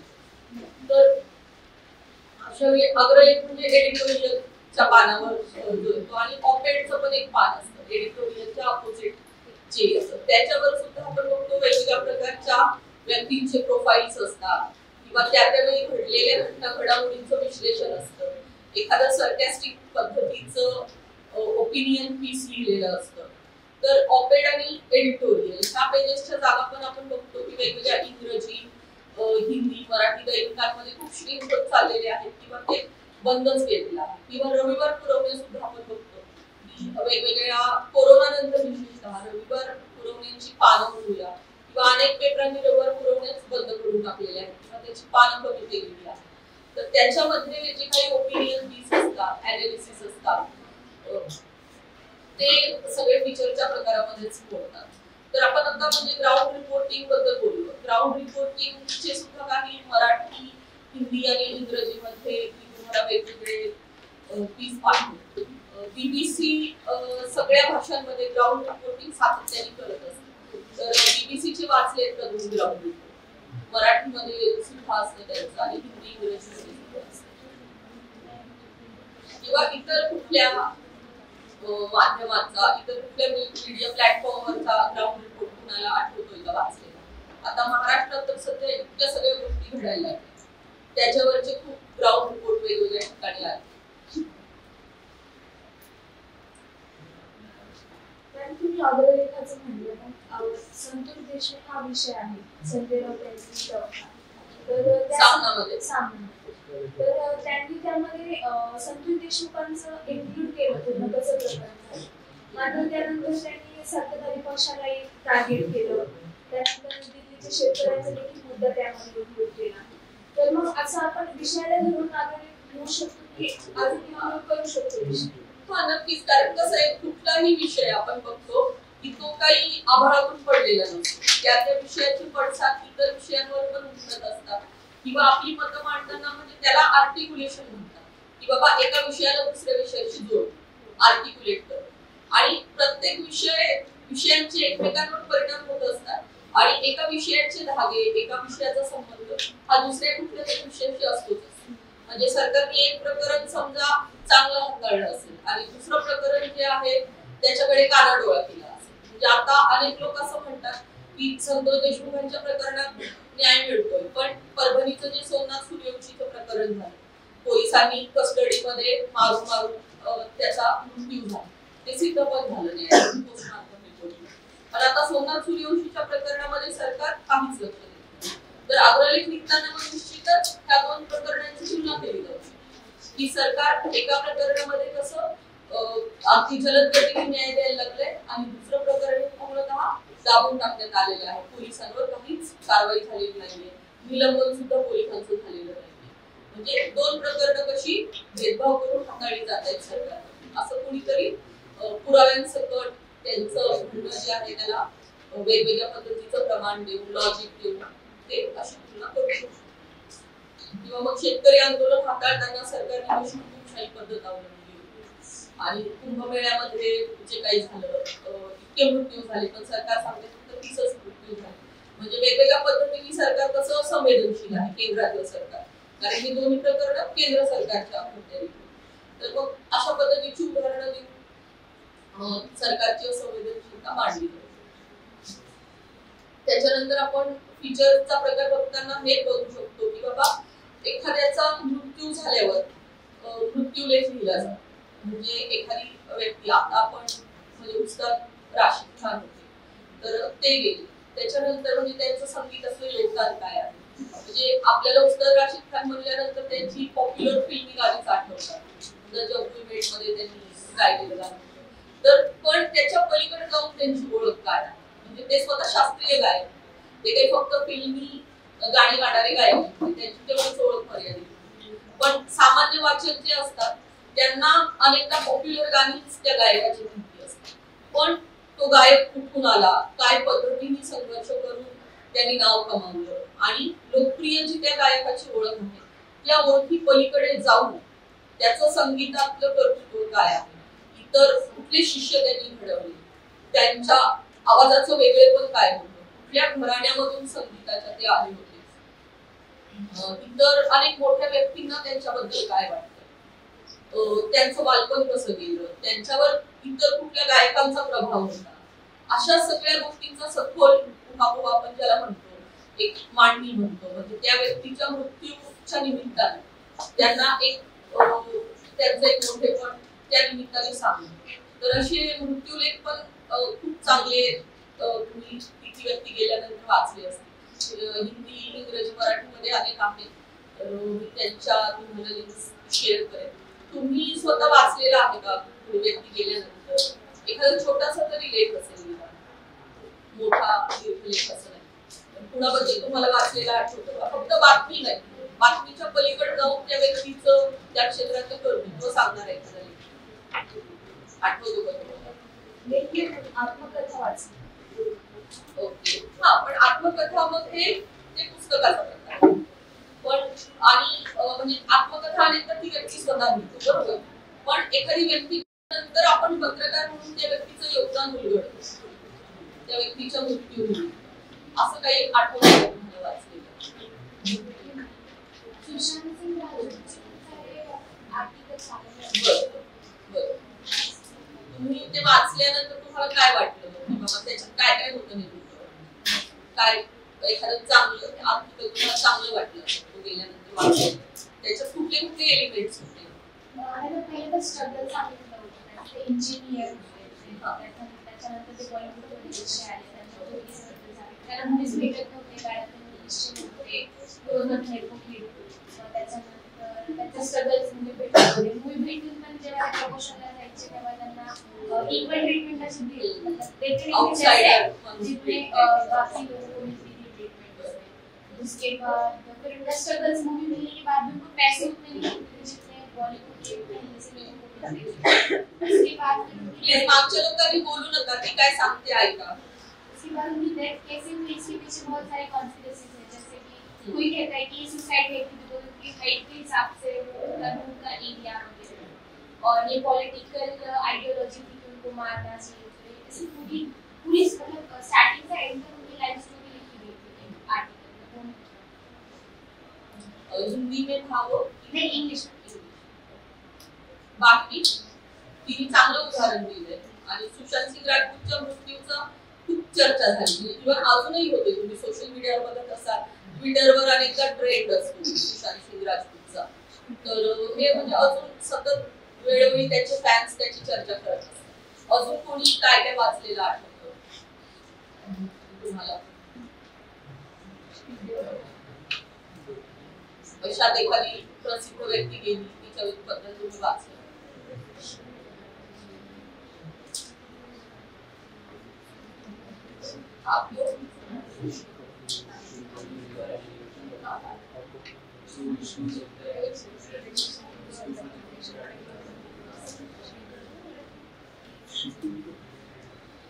आणि ठीक आहे, काही उदाहरणं चांगली तिन्ही भाषांमध्ये तुम्हाला टाकेल त्याच्या लिंक्स. त्याच्यानंतर आपण फीचरचा एक महत्त्वाचा प्रकार बघू शकतो तो म्हणजे न्यूज फीचर. म्हणजे आता हा प्रकार तुम्हाला त्याच्या नावावरूनच लक्षात येईल की बाबा एखादी त्या वेळेची महत्त्वाची बातमी आहे, त्या बातमीमध्ये जे काही मावणार नाही ते त्या न्यूजला एक्सपांड करण्यासाठी जे काही केलं जातं त्याला आपण न्यूज फीचर म्हणजे हा एक प्रकार आहे. समजा आता त्याचं उदाहरण आपल्याला काय देता येईल की आता जे काही परभणीतलं प्रकरण घडलं कोम्बिंग ऑपरेशन्स, म्हणजे तिथं संविधानाच्या प्रतिमेचा अवमान झाल्यानंतर वेगवेगळ्या आंबेडकरी वस्त्यांमध्ये पोलिसांनी कोम्बिंग ऑपरेशन्स केली. पण मग त्याचे जे काही पडसाद उमटले नंतर म्हणजे लोकांना खूप अमानुषपणे पोलिसांनी मारहाण केली, कुठल्याही कायद्यात त्या गोष्टी नसताना, म्हणजे त्याच्या फक्त बातम्या आल्या, पण त्या बातम्यांच्या पलीकडे जाऊन जे काही त्या गोष्टीचे परिणाम झाले सामान्य लोकांवर, तर त्याचं एक वर्णन, त्याचं एक सविस्तर रूप बातमीच्या पलीकडे जाऊन आपण न्यूजच्या पिक्चरमध्ये वाचू. मॅडम, मी पण आता धनंजय मुंडेंनी राजीनामा दिला तर प्रत्येक वर्तमानपत्रात बातमी आली पण बातमीच्या पलीकडची बातमी जी तुम्ही म्हणात ना, बातमीचं फीचर कसं असावं, लोकसत्तांनी खूप छान आता बातमीचं फीचर तयार केलं होतं की मुख्य बातमी तर दिली, पण त्या खुनाचा पूर्ण घटनाक्रम शरद पवारांनी एक बीबीसीला बाईट दिली होती की त्यांची जर प्रकरण महाराष्ट्रासमोर आणले तर त्यांना फिरणं मुश्किल होईल, तो छापला त्यांनी. सुरेश दसांनी आणि अंजली दमानी यांनी जे स्टेटमेंट केले की आम्ही नुसतं मंत्रिपद जाऊन शांत बसणार नाही, तर त्यांची आमदारकी रद्द होऊन इथपर्यंत आम्ही लढा देणार. त्यानंतर करुणा मुंडे जी आहे त्यांची प्रतिक्रिया छापली की हे फक्त एक प्रकरण आहे, माझ्याकडे असे अनेक लिस्ट आहे, ती सगळी बाहेर काढणार. आणि एक नाव न देता काय ना संपादकीय म्हणून एक बातमी आली आहे की याचे पडसाद फक्त आमदारकी रद्द होण्यावर नसून जवळपास मुंडेंना 3 टर्मची निवडणूक बंदी लागले जाईल इथपर्यंत याचे पडसाद उमटू शकतात. तर बातमीच्या पलीकडे अजून काय होऊ शकतं धनंजय मुंडे सोबत सविस्तर त्यांनी छापले. म्हणजे संभाव्य काय काय शक्यता भविष्यातल्या असू शकतात. आपण बोललो त्याच्याप्रमाणे भूतकाळात काय काय गोष्टी होत्या, मुळं होती या घटनेची, आणि आता सध्या वर्तमानात काय व्हायला लागले आणि भविष्यात काय काय होऊ शकतं. आणि इतर ते सांगतात त्याच्याप्रमाणे त्या त्या घटनेशी संबंधित लोकांचे बाईट्स, म्हणजे एक आढावा पूर्ण घेतलेला की इतर लोकांचं त्या बाबतीत काय काय म्हणणं, असं न्यूज फीचर आपण त्याला म्हणू शकतो. त्याच्यानंतर फीचरचे असेही प्रकार असू शकतो की बाबा अनालिसिस एखाद्या घटनेचं, की त्या त्या घटनेचे वेगवेगळे धागे, म्हणजे चिकित्सा करून अनालिसिस, आपल्याला माहिती मराठीमध्ये त्याला चिकित्सा म्हणतात. एखाद्या घटनेचं सविस्तर त्या घटनेचे वेगवेगळे धागे, राजकीय, सामाजिक, सांस्कृतिक, आर्थिक. आता हाच एक विषय आपण औरंगाबादच्या संबंधी बघू शकतो की स्मार्ट सिटीची योजना होती. तर आता स्मार्ट सिटीचा तुम्हाला माहिती की तो प्रोजेक्ट आता बंद झाला. स्मार्ट सिटी बरोबर खूप गाजावाजा करून, खूप सारे पैसे खर्च करून हा एक महत्वाकांक्षी प्रोजेक्ट वेगवेगळ्या मोठ्या शहरांमध्ये केंद्र सरकारने आणला. आणि औरंगाबाद सारखं पर्यटनाच्या दृष्टीने एकदम जागतिक लेवलवर महत्वाचं शहर आहे. वेरूळ अजिंठा असेल, ह्या सगळ्या गोष्टी असतील, तर हेरिटेजच्या दृष्टीने पण महत्वाचं. त्यामुळे इथं स्मार्ट सिटी होणं, इथल्या पर्यटनाचा विकास होणं हे शहराच्या दृष्टीने खूप महत्वाचं. पण इतकं गाजावाजा करून स्मार्ट सिटी सुरू केलं, त्याचे प्रोजेक्ट आणले, अनेक लोकांना त्याच्यामध्ये आर्थिक फायदे झाले, पण आता तो प्रोजेक्ट बंद पडला.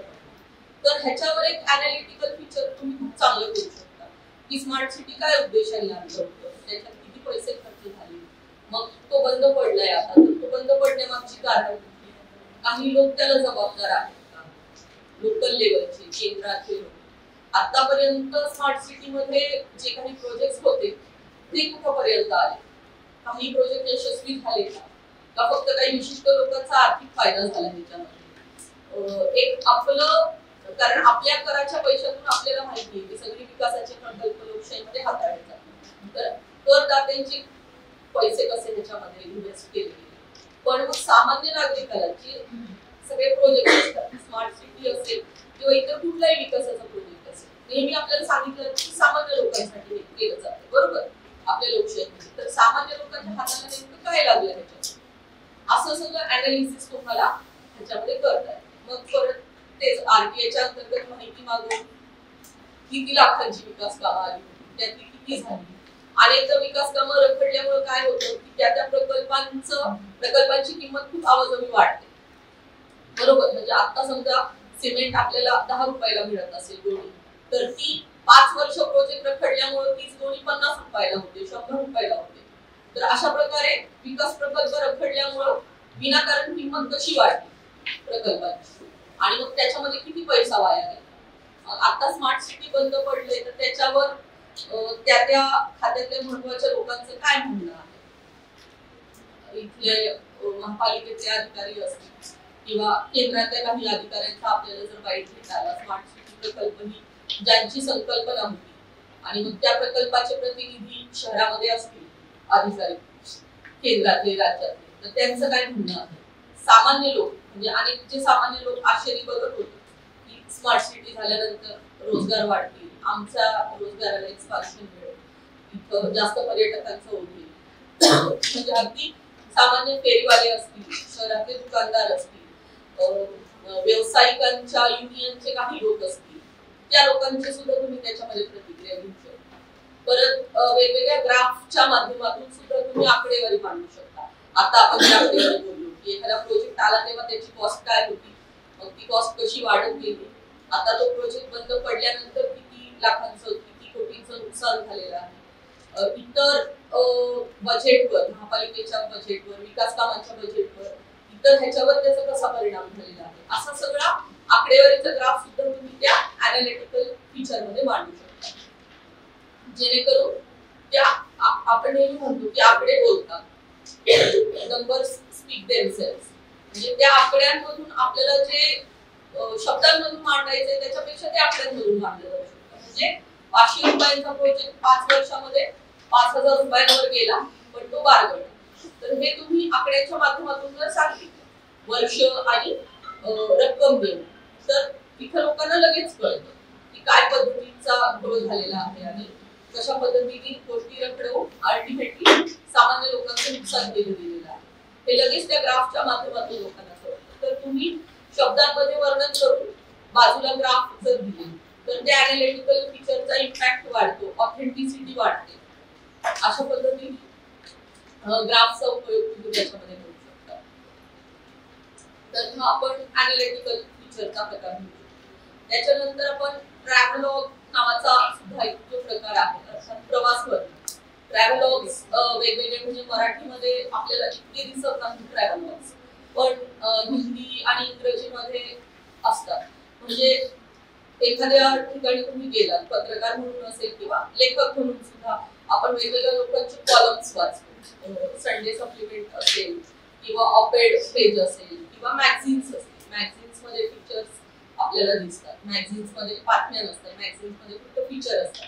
तर त्या मॅगझिन्स मध्ये आपल्याला ट्रॅव्हलॉग्स वाचायला मिळतात. म्हणजे अगदी आपण समजा तिथं बंजारा तांड्याला गेलो, ते तिथं पासून आपण विदेशातल्या एखाद्या ठिकाणी गेलो, तर त्याचं पूर्ण प्रवास वर्णन, म्हणजे अगदी प्रवासादरम्यान तुमच्यासोबत काय काय किस्से घडले. म्हणजे समजा तुमचा कदाचित पहिलाच विदेशातला प्रवास असेल, तेव्हा मग तुम्हाला व्हिसा पासपोर्ट काढण्यापासून कुठल्या अडचणी आल्या, तुम्हाला अनेकदा त्या ठिकाणच्या भाषेचं ज्ञान नसेल, किंवा आपण भारताचं सुधारण घेऊ शकतो की समजा दक्षिणेकडच्या राज्यांमध्ये अजिबात हिंदी बोलली जाते, कन्नड, तमिळ अशा भाषांबद्दल ते लोक आग्रही असतात. तर तुम्हाला त्या भाषा येत नसल्यामुळे तिथं तुम्हाला कशी चॅलेंजेस आली, ती चॅलेंजेस तुम्ही कशी ओव्हरकम केली, तुम्ही काय पद्धतीने सोडून दिलं त्या ठिकाणच्या आव्हानांना, त्या ठिकाणचं फूड तुम्हाला कसं वाटतं, त्या ठिकाणी तुम्ही वेगवेगळ्या लोकांशी इंटरॅक्ट केलं असेल, म्हणजे ज्यांचे बिलीफ, ज्यांच्या श्रद्धा, ज्यांच्या चालीरीती, ज्यांचे विकास आपल्यापेक्षा वेगळे आहेत, आपलं आणि त्यांचं कल्चर वेगळं आहे. तर ह्या सगळ्या गोष्टी तुम्हाला काय पद्धतीने इंटरेस्टिंग वाटत्या, एक माणूस म्हणून तुमच्या स्वतःमध्ये कशी डेव्हलपमेंट, तुमच्या स्वतः काय काय बदलतं त्या प्रवासामुळे, असं सगळं तुम्ही त्या ट्रॅव्हलॉग मध्ये लिहू शकता. आणि त्याचा म्हणजे अगदी समोरच्याला आपण जसं वृत्तांत लेखनाबद्दल बोलतो तसं समोरच्याला त्या प्रवासाचा एकदम जिवंत अनुभव आला पाहिजे, अशा पद्धतीने तुम्ही त्याच्यामध्ये गोष्टी लिहू शकता. प्रवासादरम्यानचं वर्णन, काही किस्से असतील त्या लोकांच्या भाषेमध्ये. म्हणजे आपण बघतो की वेगवेगळ्या ठिकाणी महाराष्ट्रातच मराठी जरी बोलली जात असली तरी त्या ठिकाणची मराठी परत वेगळी असते, त्या मराठीतली क्रियापद, त्या बोली भाषेतल्या मराठीतले शब्द, लातूर भागातले वेगळे, नांदेड भागातले वेगळे, परभणीकडची वेगळी. तर आपण समजा त्या भागात गेलो तर तिथल्या लोकांची भाषा त्यांच्या शब्दात आपण ती कोट करू शकतो, जेणेकरून आपलं पिक्चर जास्त ऑथेंटिक, जास्त ऑर्गॅनिक व्हावं आणि ते जास्त वाचनीय व्हावं. तर अशा पद्धतीने आपण ट्रॅव्हलॉग्स लिहू शकतो. आणि त्या ट्रॅव्हलॉग्स मधून लोकांना त्या ठिकाणी न जाता सुद्धा त्या ठिकाणचा अनुभव मिळतो, त्या ठिकाणच्या गोष्टी कळतात. तर हे प्रवास वर्णन हा एक प्रकार म्हणतो. आणि त्याच्यानंतर फोटोजचं जे माध्यम आहे, तुम्ही फोटो फीचर्स अनेक बघितली असतील, विशेषतः डिजिटल माध्यमांमध्ये. प्रिंट पेक्षा आता डिजिटल मध्ये जास्त फोटो फीचर्स बघायला मिळतात. तर फोटो आपण जेव्हा फोटोग्राफर आणि फोटो जर्नलिस्ट ह्या दोन वेगवेगळ्या टर्म बरोबर. तर एखादा जो फोटोग्राफर असेल म्हणजे छंद म्हणून फोटोग्राफी करणारा किंवा लग्न किंवा वेगवेगळ्या इव्हेंट्स मध्ये फोटोग्राफी करणारा, आपण त्याला फोटोग्राफर म्हणतो. पण जर्नलिझम मध्ये फोटोचा एलिमेंट ज्याला समजतो त्याला आपण फोटो जर्नलिस्ट म्हणतो, बरोबर.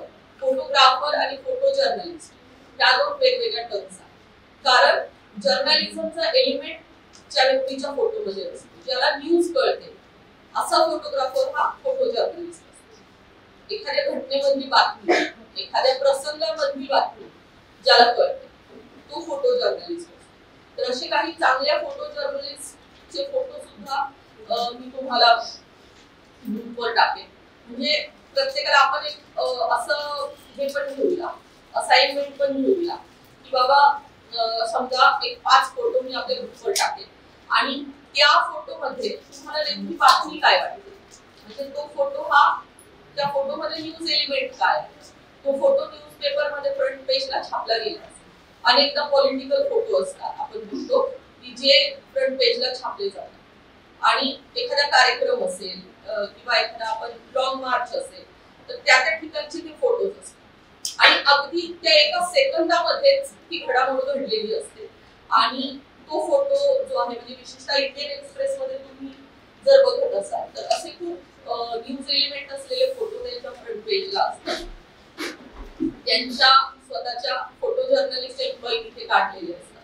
तर असे 5 फोटो घेऊन आपण त्या फोटोचं तुम्हाला स्वतःला काय अनालिसिस करावं असं वाटतं, तुम्हाला त्याच्यामध्ये न्यूज एलिमेंट काय दिसतो, अशा पद्धतीने आपण तो एक्सरसाइज घेऊया. तर त्या म्हणजे एक फोटो झाला पण त्या पद्धतीचं फोटोचं फीचर सुद्धा असू शकतं. म्हणजे विशेषतः त्याचं उदाहरण घ्यायचं तर आपण आताच बघू शकतो की गाझा सारखा देश आहे जिथे वर्षानुवर्षे युद्ध सुरू आहे आणि खूप भयानक परिस्थितीमध्ये लोक जगतायत. तर ते लोक आता म्हणजे रमजान सुरू झाला आणि तिथल्या रमजानच्या सेलिब्रेशनचे अनेक फोटोज काही वेब पोर्टल्सनी छापले की आपण बघतो की तिथं सगळीकडे म्हणजे आजूबाजूला सगळ्या गोष्टी उद्ध्वस्त झालेल्या आहेत. पडलेल्या इमारतींचे सगळे हे डेब्रिस आहेत, ढिगारे पडलेले आहेत, विटांचे, सिमेंटचे, पूर्ण शहर उद्ध्वस्त झालेले आहे. आणि त्याच्यामध्ये छोट्याशा जागेत बसून ते लोक खूप आनंदाने रोजा सोडतायत, एकमेकांशी गप्पा मारतायत. छोट्याशा जागेत त्यांनी सजावट केलेली आहे आणि आजूबाजूला सगळं उद्ध्वस्त आहे. म्हणजे ह्याच्यामध्ये ह्या फोटोमध्ये एक न्यूज आहे की किती भयानक पद्धतीने ते लोक अगदी त्यांच्या जगण्या मरण्याचा रोजचा प्रश्न आहे. पण त्याच्यामध्ये छोटे छोटे त्यांच्यासाठी जे उत्सवाचे आनंदाचे क्षण येत आहेत ते कशा पद्धतीने सेलिब्रेट करतायत, कशा पद्धतीने जगतायत, एवढ्या असुरक्षिततेमध्ये सुद्धा त्यांच्यातली जी काही जगण्याची उर्मी आहे, त्यांच्यातली जी काही सेलिब्रेट करण्याची उत्सवाची उर्मी आहे ती अजिबात कमी झाली. तर त्याचे फोटोज बघून आपल्याला एखादी बातमी वाचायची सुद्धा गरज राहणार नाही. असे सगळे एलिमेंट्स आपल्याला त्या फोटोमधून दिसतात आणि खूप मिक्स्ड प्रकारच्या इमोशन्स बघणाऱ्याच्या सुद्धा मनात येतात. तर असं आपण फोटो फीचरचं ते एक चांगलं उदाहरण घेऊ शकतो. तुम्हाला स्वतःला असे कुठले फोटो फीचर लक्षात येत आहेत का? आपण त्याच्याबद्दल बोलूया. किंवा एखादा फोटो निघा खूप आठवणीत राहिला तुमच्या फोटो जर्नलिस्टने काढलेला त्या मॅगझिन मधला किंवा फ्रंट पेजला आलेला पेपर मध्ये.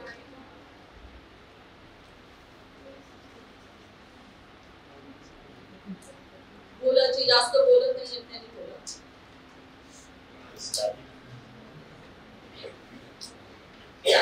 असं काही चूक बरोबर लगेच नाही की हे उत्तर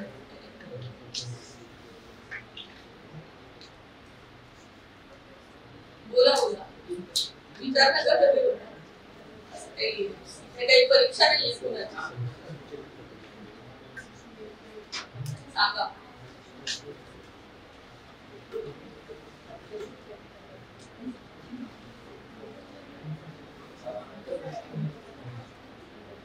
तुम्ही रोजचा पेपर तर वाचत असाल ना जर्नलिझमचे विद्यार्थी म्हणून.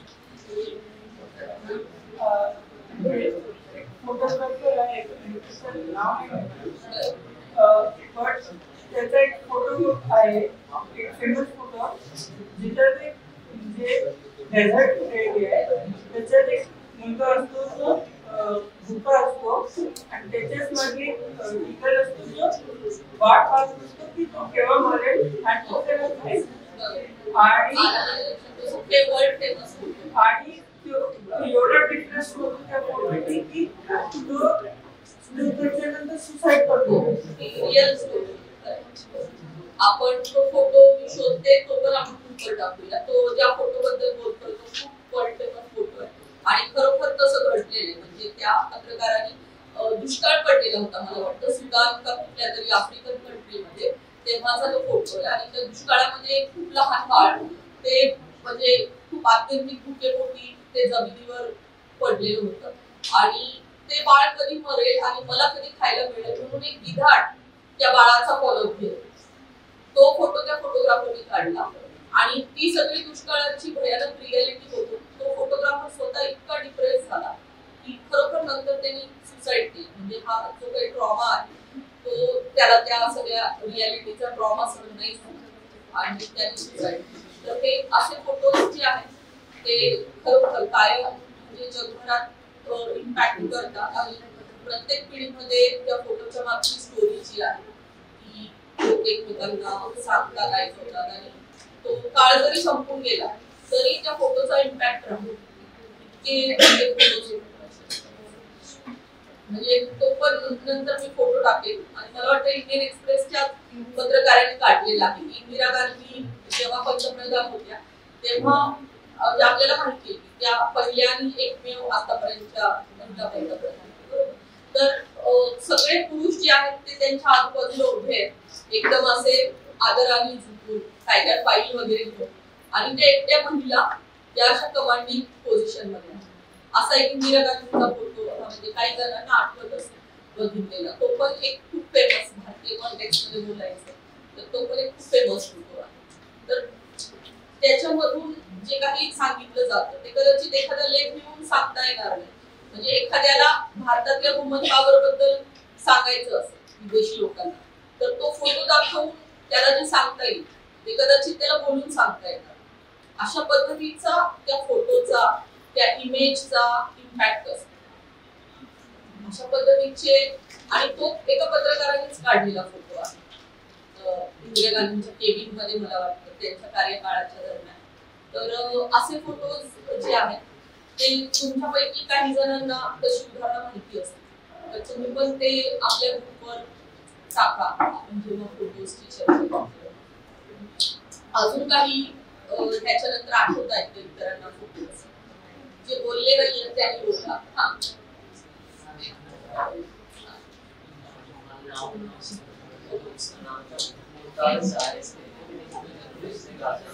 ऐका प्लीज, तो जे काही सांगतोय ऐका, नंतर तुम्ही बोला. पण आपापसात बोलू नका मागे प्लीज. तो काय सांगतो ऐका, खूप महत्वाचं आहे.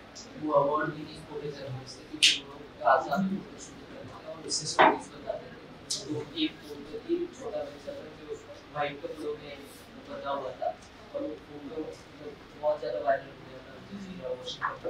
सबने पोस्ट किया था और अवार्ड भी मिला था. फोटो भी मिले और ऐसे ही साइड में इसके बहुत सारे फोटो जो भारतीय से फोटो डालते हैं सेम यूक्रेन एंड रशिया के एंड अजरबैजान. म्हणजे वॉर इम्पॅक्टेड जो काही एरिया असतो, युद्धजन्य जो काही परिसर असतो त्या परिसरामधल्या फोटोज बद्दल तो बोलतो. तर जिथं हे सगळं घडतं तिथे सामान्य माणसावर खूप भयानक इम्पॅक्ट होत असतो. तर युद्धजन्य परिस्थितीतले फोटोज म्हणजे वॉर जर्नलिस्ट आपण बघतो तर तसंच वॉर फोटो जर्नलिस्ट असतात जे अगदी स्वतःच्या जीवाची बाजी लावून त्या ठिकाणच्या गोष्टी समोर आणत असतात. तर असे वॉर फील्डवरचे पण जे काही फोटोज आहेत ते पण तुमच्या काही लोकांना सजेस्ट करावे वाटले तर करा. तुम्ही दानिश सिद्दीकीचं नाव पण ऐकलं असेल. तो वारला पण कोरोनामध्ये त्यांनी जे काही काढलेले फोटो होते म्हणजे सरकार इतक्या भयानक पद्धतीने चिडलं होतं कारण पत्रकाराचं जे काम आहे ते एक्झॅक्टली दानिश नावाच्या फोटो जर्नलिस्टने केलं होतं. आता दानिशच्या नावे एक खूप चांगली फेलोशिप पण दिली जाते जे काही उगवते फोटो जर्नलिस्ट आहेत त्या लोकांना दानिश सिद्दीकीच्या नावे. तर तुम्ही दानिश सिद्दीकीच्या नावाने जरी सर्च केलं गुगलला नक्की त्याचं नाव लिहून घ्या. तर कोरोनामध्ये म्हणजे अजूनही ती इमेज माझ्या डोळ्यासमोर येते की एके ठिकाणी अशी वस्तीची भिंत आहे म्हणजे असं डिवाइड झालेलं आहे की पूर्ण आपल्या रेसिडेन्शियल एरियाची भिंत एक दिसते आपल्याला. त्याच्या पलीकडे सगळी घरं आहेत लोकांची म्हणजे सामान्य जीवन आहे आणि एकीकडे पूर्ण कोरोनामध्ये मेलेल्या लोकांचे प्रेत जळत आहेत आणि मास्क मध्ये म्हणजे असं नाही की 3-4 प्रेत, 50-60 प्रेत जळत आहेत. म्हणजे एकीकडे अशी ती भिंत डिवाइड झाली, असा वरून फोटो काढला असेल खूप उंचीवरून, तर ती एक भिंत आहे. एकीकडे पूर्ण रेसिडेन्शियल एरिया शांत आणि त्या भिंतीच्या पलीकडे खूप सारी प्रेत जळत आहेत. म्हणजे हा फक्त एक फोटो आहे त्याचा. म्हणजे ही भारतामधल्या कोरोनाची भयानकता. एकीकडे सरकार आकडे लपवत होतं कोरोना, बरोबर, विशेषतः युपी मध्ये तर खूप भयानक पद्धतीने, म्हणजे महाराष्ट्रात तरी आपण म्हणू शकतो ट्रान्सपरंटली गोष्टी झाल्या, तर युपी मध्ये तर म्हणजे आता कुंभमेळ्यात सुद्धा जशी चेंगराचेंगरीचे आकडे लपवण्यात आले, तसे कोरोनामध्ये सुद्धा आपण बघतो की गंगेच्या किनाऱ्यावर कसे लोकांनी प्रेत पुरले होते आणि आमच्याकडे इतके मृत्यू झालेलेच नाहीयेत असं ऑफिशियली सरकारने जाहीर केलं. तर अशा वेळी पूर्णतः सरकारला आणि सिस्टीमला एक्सपोज करणारा फोटो जर्नलिझम जारी सिद्ध केलं आणि त्याच्यामुळं त्याला इंटरनॅशनल लेवलचे पुरस्कार एकीकडे मिळाले, पण सरकार, आपलं सरकार त्याच्यावर भयानक चिडलेलं होतं, कारण त्यांच्या मते त्याच्यातून भारताची बदनामी झाली. म्हणजे सामान्य लोकांचा आवाज बनवून त्या फोटो जर्नलिस्टनी काम केलं आणि त्याच्यामुळं आपली जी सिस्टम आहे, जी अनेकदा सामान्य लोकांच्या विरोधात असते, ती सिस्टम त्याच्यावर चिडली. म्हणजे ह्याच्यावरूनच आपण समजू शकतो की पत्रकार म्हणून त्यांनी किती खरं आणि किती धाडसी जर्नलिझम केलेलं आहे. म्हणजे जेव्हा सिस्टमला तुम्ही आवडत नाही, जेव्हा सरकारला तुम्ही आवडत नाही, तेव्हा नक्कीच पत्रकार म्हणून, फोटो जर्नलिस्ट म्हणून तुमचं काम हे सर्वात खरं असतं, सर्वात उच्च दर्जाचं असतं असं आपण म्हणू शकतो. तुम्हाला पण अशी काही जारी सिद्दीकी सारखे पत्रकार आठवते किंवा फोटो द्यायचे, त्यांचं नावच आठवलं पाहिजे असं किंवा कुठला प्रसंग आठवतो का, ज्या प्रसंगी तुम्ही फोटो बघितला होता त्या लक्षात आहे का?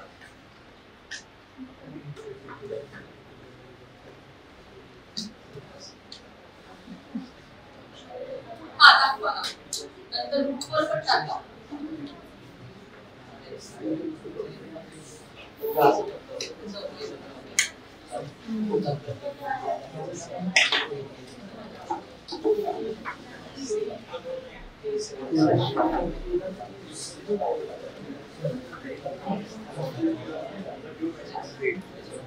त्याचं नाव पण आलं.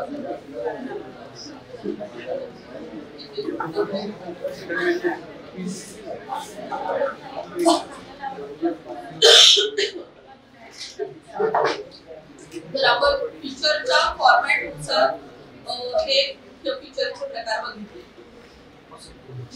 त्याच्यानंतर मी तुम्हाला जे म्हणलं होतं की बीट्स प्रमाणे पण फीचरचे प्रकार पडतात. Crime feature, science, environment, sports journalism मध्ये फीचर असेल, बिझनेस ची जी पानं असतात ह्याच्यामध्ये आपण बघतो पेपर्स मध्ये, तर त्याच्यावर business related, real estate related features असतात. असे बीट्स नुसार किंवा ह्युमन इंटरेस्ट फीचर असतं, म्हणजे आपल्या मानवी जिव्हाळ्याचे जे विषय आहेत, सण समारंभ असतील किंवा एखादा हे म्हणजे धार्मिक सलोखा एखाद्या गावात लोकांनी दाखवला असेल, म्हणजे लोकवर्गणीतून एखादी मशीद बांधली असेल, तर ते सगळं कसं झालं, काय झालं, अशा पद्धतीने म्हणजे हा मानवी जिव्हाळ्याचा विषय आहे, ह्युमन इंटरेस्टचा विषय आहे. तर ह्युमन इंटरेस्ट प्रकारचे फीचर आपण त्याला म्हणू शकतो. तर असे बीट्सनुसार सुद्धा आपण फीचरचे प्रकार पाहू शकतो. तर ह्याच्यामध्ये आपण आता हे बघूया की बाबा एक चांगला पिक्चर रायटर होण्यासाठी तुमच्या स्वतःमध्ये काय क्वालिटी असल्या पाहिजे. एक चांगला पिक्चर रायटर बनण्यासाठी तुम्ही स्वतःला कसं डेव्हलप करू शकता, म्हणजे त्याचे काही अगदी असे 1 ते 10 हे नियम आहेत, ते फॉलो केलं की तुम्ही पिक्चर रायटर बनला, अशा पद्धतीचं ते नाहीये. कारण आपली पत्रकारितेत आपण बघतो की नेहमी इम्प्रोवाइज करून करायच्या असतात आणि प्रत्येकाने सुरुवातीला म्हणल्याप्रमाणे प्रत्येकाने स्वतःची शैली डेव्हलप करायची असते. ती अशी कोणीतरी आभाळातून पडलं आणि पिक्चर रायटर चांगला तो आहे असं नाही. प्रत्येकाचा एक स्वतःचा तो प्रवास असेल स्वतःला डेव्हलप करण्याचा. तर मला तरी वाटतं की पहिल्यांदा म्हणजे चांगला पिक्चर रायटर होण्यासाठी महत्वाचं काय की तुम्ही खूप क्युरियस असलं पाहिजे, तुम्हाला खूप कुतूहल असलं पाहिजे, क्युरियोसिटी असली पाहिजे कशाबद्दल, तर तुमच्या आसपास जे काही सुरू आहे. म्हणजे अनेकदा काय होतं की आपण पत्रकार म्हणून बघतो, म्हणजे 5 वर्ष 10 वर्ष 15-20 वर्ष नोकरी करणारे लोक, म्हणजे एखादा क्राईम बीटचा माणूस असेल तर तुम्हाला माहिती असेल किंवा नसेल, क्राईम बीट वाल्या पत्रकारांची काय प्रोसेस असते. पोलीस स्टेशनला फोन करायचा, कुठले गुन्हे दाखल झाले, त्याच्यातलं काही लक्षणीय आहे का ते विचारायचं, आणि मग त्या गुन्ह्यांची जी काही FIR असेल वगैरे ते आता आजच्या जमान्यानंतर व्हॉट्सअप आलाय किंवा पोलीस स्टेशनला प्रत्यक्ष जाऊन ते त्याची माहिती घेतात आणि मग त्या क्राईमच्या बातम्या ते पब्लिश करतात. तर ह्याच्यातून म्हणजे काय होतं की एक आपल्याला सराव येतो, म्हणजे रोज काय करायचंय त्याची एक फॉर्म्युला ठरलेला आहे, ती माहिती कशी मिळणार आहे ते आपले सोर्सेस पण ठरलेले आहे, ती प्रोसेस फॉलो करायची, त्याच्यातून माहिती मिळते, इनपुट्स मिळतात आणि ते छापायचं. म्हणजे एक खरी पद्धतीचं रुटीन. मग असं होतं की म्हणजे शेतकरी आत्महत्या झालेले असतील, काहीतरी महिला अत्याचाराचं एखादं प्रकरण असेल, एखादा खूप अमानुष पद्धतीने खून झालेला असेल, पण त्या क्राईम रिपोर्टरचं काय होतं की त्याच्यासाठी ही रुटीन गोष्ट असल्यामुळं त्याला त्या गोष्टीबद्दल काही कुतूहलच वाटत नाही, काही एक्साइटमेंट पण वाटत नाही. म्हणजे हा मानवी स्वभाव, आपण रोज तेच करायला गेल्यानंतर आपल्या एका अर्थाने त्या गोष्टीबद्दलच्या भावना मरून जातात, आपली एक्साइटमेंट आपलं कुतूहल मरून जातं. पण मग असं जर झालं तर मग आपण फक्त साच्यातली ठराविक पत्रकारिता करत आहोत, त्याच्या पलीकडे जाऊन क्राईम बीटचं म्हणजे आपण अनेकदा बघतो. आता त्या पुस्तकांची मी तुम्हाला नावं पण सांगेन. S. हुसेन झैदी नावाचे पत्रकार आहेत आणि त्यांच्यासारखे अनेक क्राईम बीट मध्ये पत्रकार आहेत. त्यांची ही संजीव साबडेकर आहे, ते आधी लोकमतला होते. तर जो काही खटला दोषी अभ्यंकर खटला झाला महाराष्ट्रामध्ये कोणता असेल तर त्याच्यावर त्यांनी खूप मोठं एक फीचर आर्टिकल लिहिलं होतं. तर त्याची सॉफ्ट कॉपी आहे का नाही मी बघते, असेल तर टाकते, किंवा इतर आणि बरेच क्राईम फीचर्स आहेत. तर त्यांनी म्हणजे काय केलं की बातमीच्या पलीकडे जाऊन त्या खून खटल्याचा त्यांनी फॉलोअप घेतला आणि ते कशा पद्धतीने झालं, काय झालं त्याचं खूप सविस्तर त्याच्यावर त्यांनी आर्टिकल लिहिलं. ते एका दिवाळीप्रमाणे छापून आलं होतं. तर क्राईम रिपोर्टर म्हणून काम करताना माझं सांगणं हे की त्यांच्यातली जी काही एक्साइटमेंट आहे, त्यांच्यातलं जे कुतूहल आहे ते कमी झालं नाही. फक्त त्या घटनेचं डे टू डे रिपोर्टिंग करण्याच्या पलीकडे जाऊन त्यांनी त्याचं वार्तांकन केलं. किंवा S. हुसेन झैदी जे आहेत तर त्यांची अनेक पुस्तकं आलेली आहेत आणि once upon a time in Mumbai हा जो पिक्चर आहे तो त्यांच्याच पुस्तकावर बेतलेला आहे आणि अजूनही 1-2 सिनेमे आहेत. तर त्यांनी जे काही मुंबईच्या अंडरवर्ल्डवर पुस्तकं लिहिलेली आहेत, त्याच्यातलं पुस्तक डोंगरी ते दुबई नावाचं पुस्तक आहे. ते मूळ इंग्रजीत आलेलं पुस्तक आहे आणि त्याचा मराठी अनुवाद पण तुम्हाला भेटू शकतो, डोंगरी ते दुबई. तर दाऊद इब्राहिम सारखं होतं कशा पद्धतीने डोंगरीमध्ये त्याचं साम्राज्य मत झाले आणि कशा पद्धतीने मोठा होत त्यांनी स्वतःचं सगळं अंडरवर्ल्ड कनेक्शन एक्सपांड केलं. तर हे म्हणजे ते मूळचे क्राईम रिपोर्टर आहेत आणि त्यांनी स्वतःचं पुस्तक लिहिण्यापर्यंत त्या क्राईम रिपोर्टिंगला डेव्हलप केलं आणि त्याच्यावर त्यांनी अनेक पुस्तकं लिहिली. म्हणजे पत्रकारितेच्या पलीकडे जाऊन लेखक म्हणून त्यांची ओळख भरली. तर हे एखादा चांगला क्राईम रिपोर्टर फक्त फीचर्सच लिहू शकतो क्राईमच्या घटनांवर असं नाही, तर अगदी त्याची पुस्तकं सुद्धा होऊ शकतात. आणि तुम्हाला परत निरंजन टकलेंचं नाव माहिती असेल आणि त्यांनी ऐकलं असेल, चांगली होते. तर जज लोयांची जी केस होती, म्हणजे जज लोया जे होते न्यायाधीश, त्यांचा खूप संशयास्पद पद्धतीने मृत्यू झाला आणि ते मूळचे मराठवाड्याचे होते. लातूरच्या जवळचं त्यांचं गाव होतं, नागपूरमध्ये त्यांचा मृत्यू झाला. तर केंद्र सरकारमध्ये अनेक लोकांचा त्याच्यामध्ये हात असल्याचा संशय वेळोवेळी व्यक्त केला गेला. तर हा जो काही खून झाला, ही जी काही क्राईमची घटना झाली त्याच्या मुळाशी जात त्यांनी इन्व्हेस्टिगेटिव्ह रिपोर्टिंग केलं आणि त्याच्यावर त्यांनी अनेक आर्टिकल लिहिले. द वीक सारखं आणि ते इंग्रजी आर्टिकल्स तुम्हाला मागचे लोक प्लीज बोलू नका. तर त्याच्यामध्ये त्यांनी इन्व्हेस्टिगेटिव्ह आर्टिकल्स लिहिले, पण सोबतच पलीकडे त्याच्याही पलीकडे जाऊन त्यांनी एक पुस्तक लिहिलं, हू किल्ड जज लोया. आणि मग जज लोयाचा खून कोणी केला आहे त्याचं मराठी भाषांतर सुद्धा आलेलं आहे. ह्या पुस्तकाचं एकदम आवर्जून नाव लिहून आणि मला वाटतं कदाचित लायब्ररीमध्ये पण नक्कीच ते पुस्तक असेल. तर हे आवर्जून वाचलं पाहिजे असं पुस्तक आहे त्यांचं. त्याच्यानंतर कोपर्डीची घटना जेव्हा झाली होती तेव्हा त्या घटनेनंतर कसा जातीय तणाव निर्माण झाला, कोपर्डीच्या घटनेचे पडसाद भविष्यात कसे अजून उमटतील, सध्या काय उमटत आहेत, ह्याच्यावर सुद्धा त्यांनी इंग्रजीमध्ये खूप चांगलं फीचर कोपर्डीच्या घटनेवर निरंजन टकलेंनी लिहिलेलं आहे. त्याची लिंक पण मी तुम्हाला पाठवेन.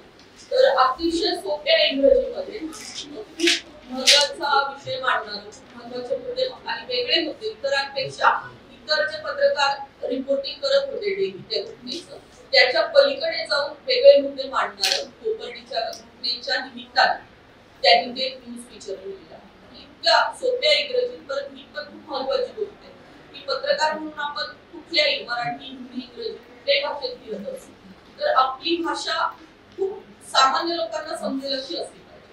म्हणजे इंग्रजी त्यातल्या त्यात अनेक सामान्य लोकांना अवघड वाटते, पण मराठीत म्हणजे अनेकदा आपण समजा विशिष्ट काही कविता असली किंवा कादंबरी असेल त्याच्यातली मराठी वाचली तर ती खूप अवघड असते. सगळे सामान्य लोक काही कथा, कादंबरी, कविता वाचत नाही, बरोबर. आपल्यातही आपण कमीच लोक वाचतो. पण वर्तमानपत्रांची भाषा, वर्तमानपत्रांमध्ये जी काही बातमी येते, लेख येतात त्यांची मराठी आणि कथा, कादंबरी, कवितांमधली मराठी ह्याच्यामध्ये नक्कीच फरक असला पाहिजे. सामान्य लोकांना समजतील असे शब्द, छोटी छोटी वाक्य रचना आणि चढ बोजड अलंकारिक काहीतरी लिहिलंय अशा पद्धतीचं ते नाही असलं पाहिजे. कारण आपल्याला हे सगळं आपण नेहमी टार्गेट ऑडियन्स हा शब्द वापरतो पत्रकारितेत, बरोबर. टार्गेट ऑडियन्स म्हणजे काय, तुम्ही ऐकले का शब्द? टार्गेट ऑडियन्स हा शब्द नेहमी वापरला जातो न्यूज चॅनल किंवा प्रिंट मध्ये सुद्धा. त्याचा काय अर्थ आहे?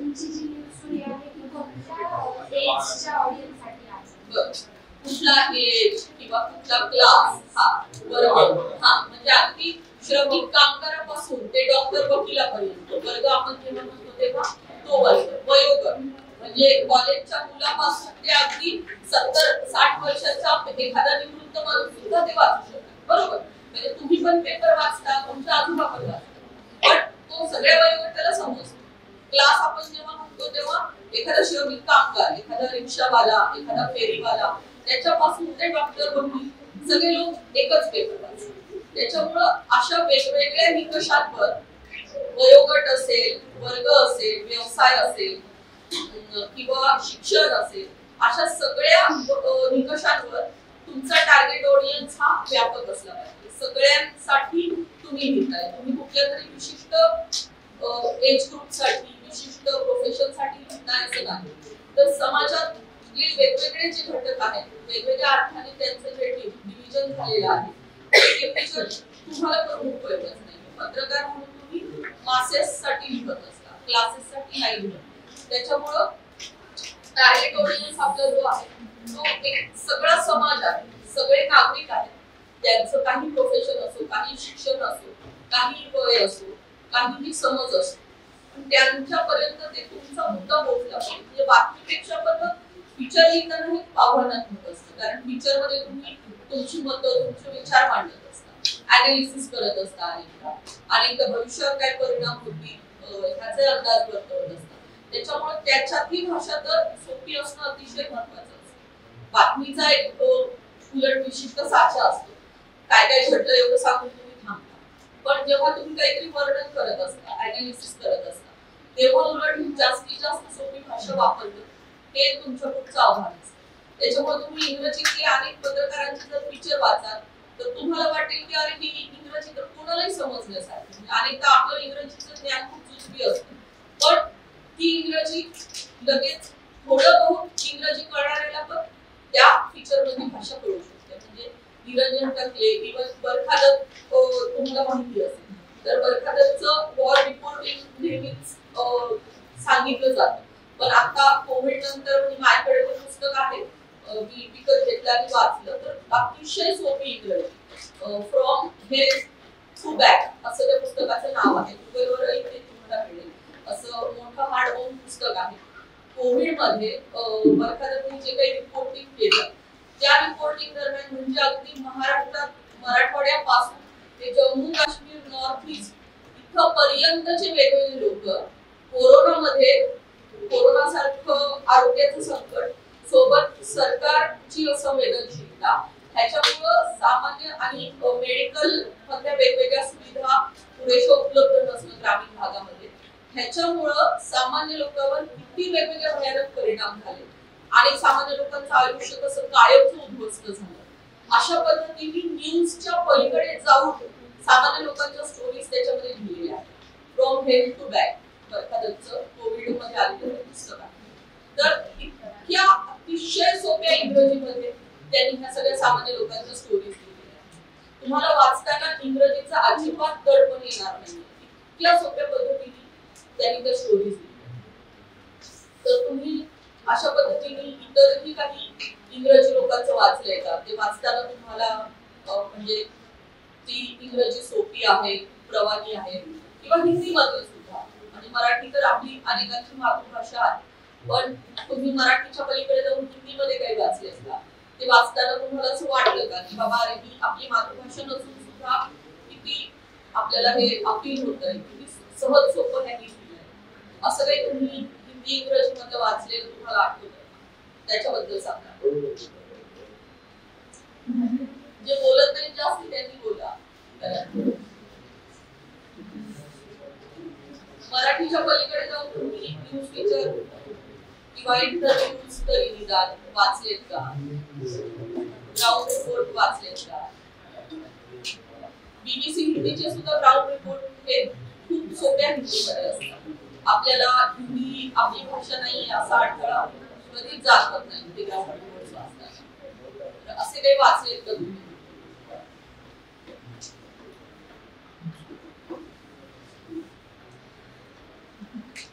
बरं, तुम्ही मग हे काय करता म्हणजे बातम्यांच्या पलीकडे जाऊन अजून काय काय वाचता? म्हणजे संडे सप्लिमेंट असेल, एखादा मॅगझिन असेल, कारण आपल्या एमपीएमच्या लायब्ररीमध्ये तर चांगले मॅगझिन्स येतात, दिवाळी अंक येतात, किंवा पेपरच्या सुद्धा संडे सप्लिमेंट असतातच. तुम्ही जरी मॅगझिन वाचत असाल तर ह्याच्यातलं काय काय तुम्हाला वाचलेलं आहे किंवा काय आवडलेलं आहे तुम्हाला? ऑनलाईन जर्नलिझम मध्ये तर लॉंग फॉर्म फीचर आर्टिकल खूप असतात, कारण तिथे जागेची मर्यादा नसते, त्याच्यामुळे डिजिटल मध्ये पण बरेच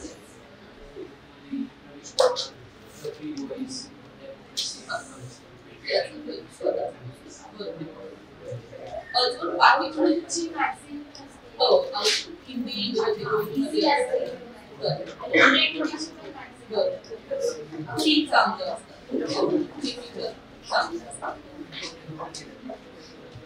बाकी लोक किंवा रविवार पुरवणीतलं एखादा आर्टिकल वाचलं असेल, मॅगझिन जरी वाचलं नसेल, संपादकीय पान, ऑपेड पेज ह्याच्यावर काही वाचलं असेल, त्याच्याबद्दल सांगा. म्हणजे संपादकीय पानाच्या बाजूला एक असतं, म्हणजे इथे समजा हे संपादकीय पान असतं उजव्या बाजूचं आणि इकडे असतं त्याच्यावर पण वेगवेगळे आर्टिकल्स असतात, त्याला ऑपेड पेज म्हणजे अपोजिट, एडिटोरियल पेजच्या अपोजिट ऑपेड. हा, बऱ्याचदा तसं असतं. पण आता तुम्ही लोकसत्ता जर बघितलं तर लोकसत्तामध्ये एडिटोरियल आणि ऑपेड पेज असतं, इंडियन एक्सप्रेस मध्ये असतं. म्हणजे जे पेपर फीचरला जास्त महत्व देतात ते लोक फॉलो करतात. पण आता काय काय ह्याच्यात कोरोना नंतर म्हणा किंवा काय काय ह्याच्यात पूर्वीपासून ते एकच पान देतात, त्याच्याकडे न्यूजला जास्त. पण हिंदू सारखं पण जे न्यूजपेपर आहे त्यांच्यामध्ये फीचरला जास्त महत्व देतात, त्यांच्याकडे दोन पान असतात. बाकीचे लोक मागचे लोक पण बोला.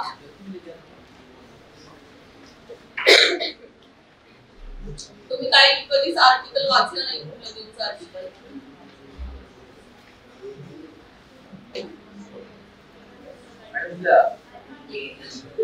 बोला बोला.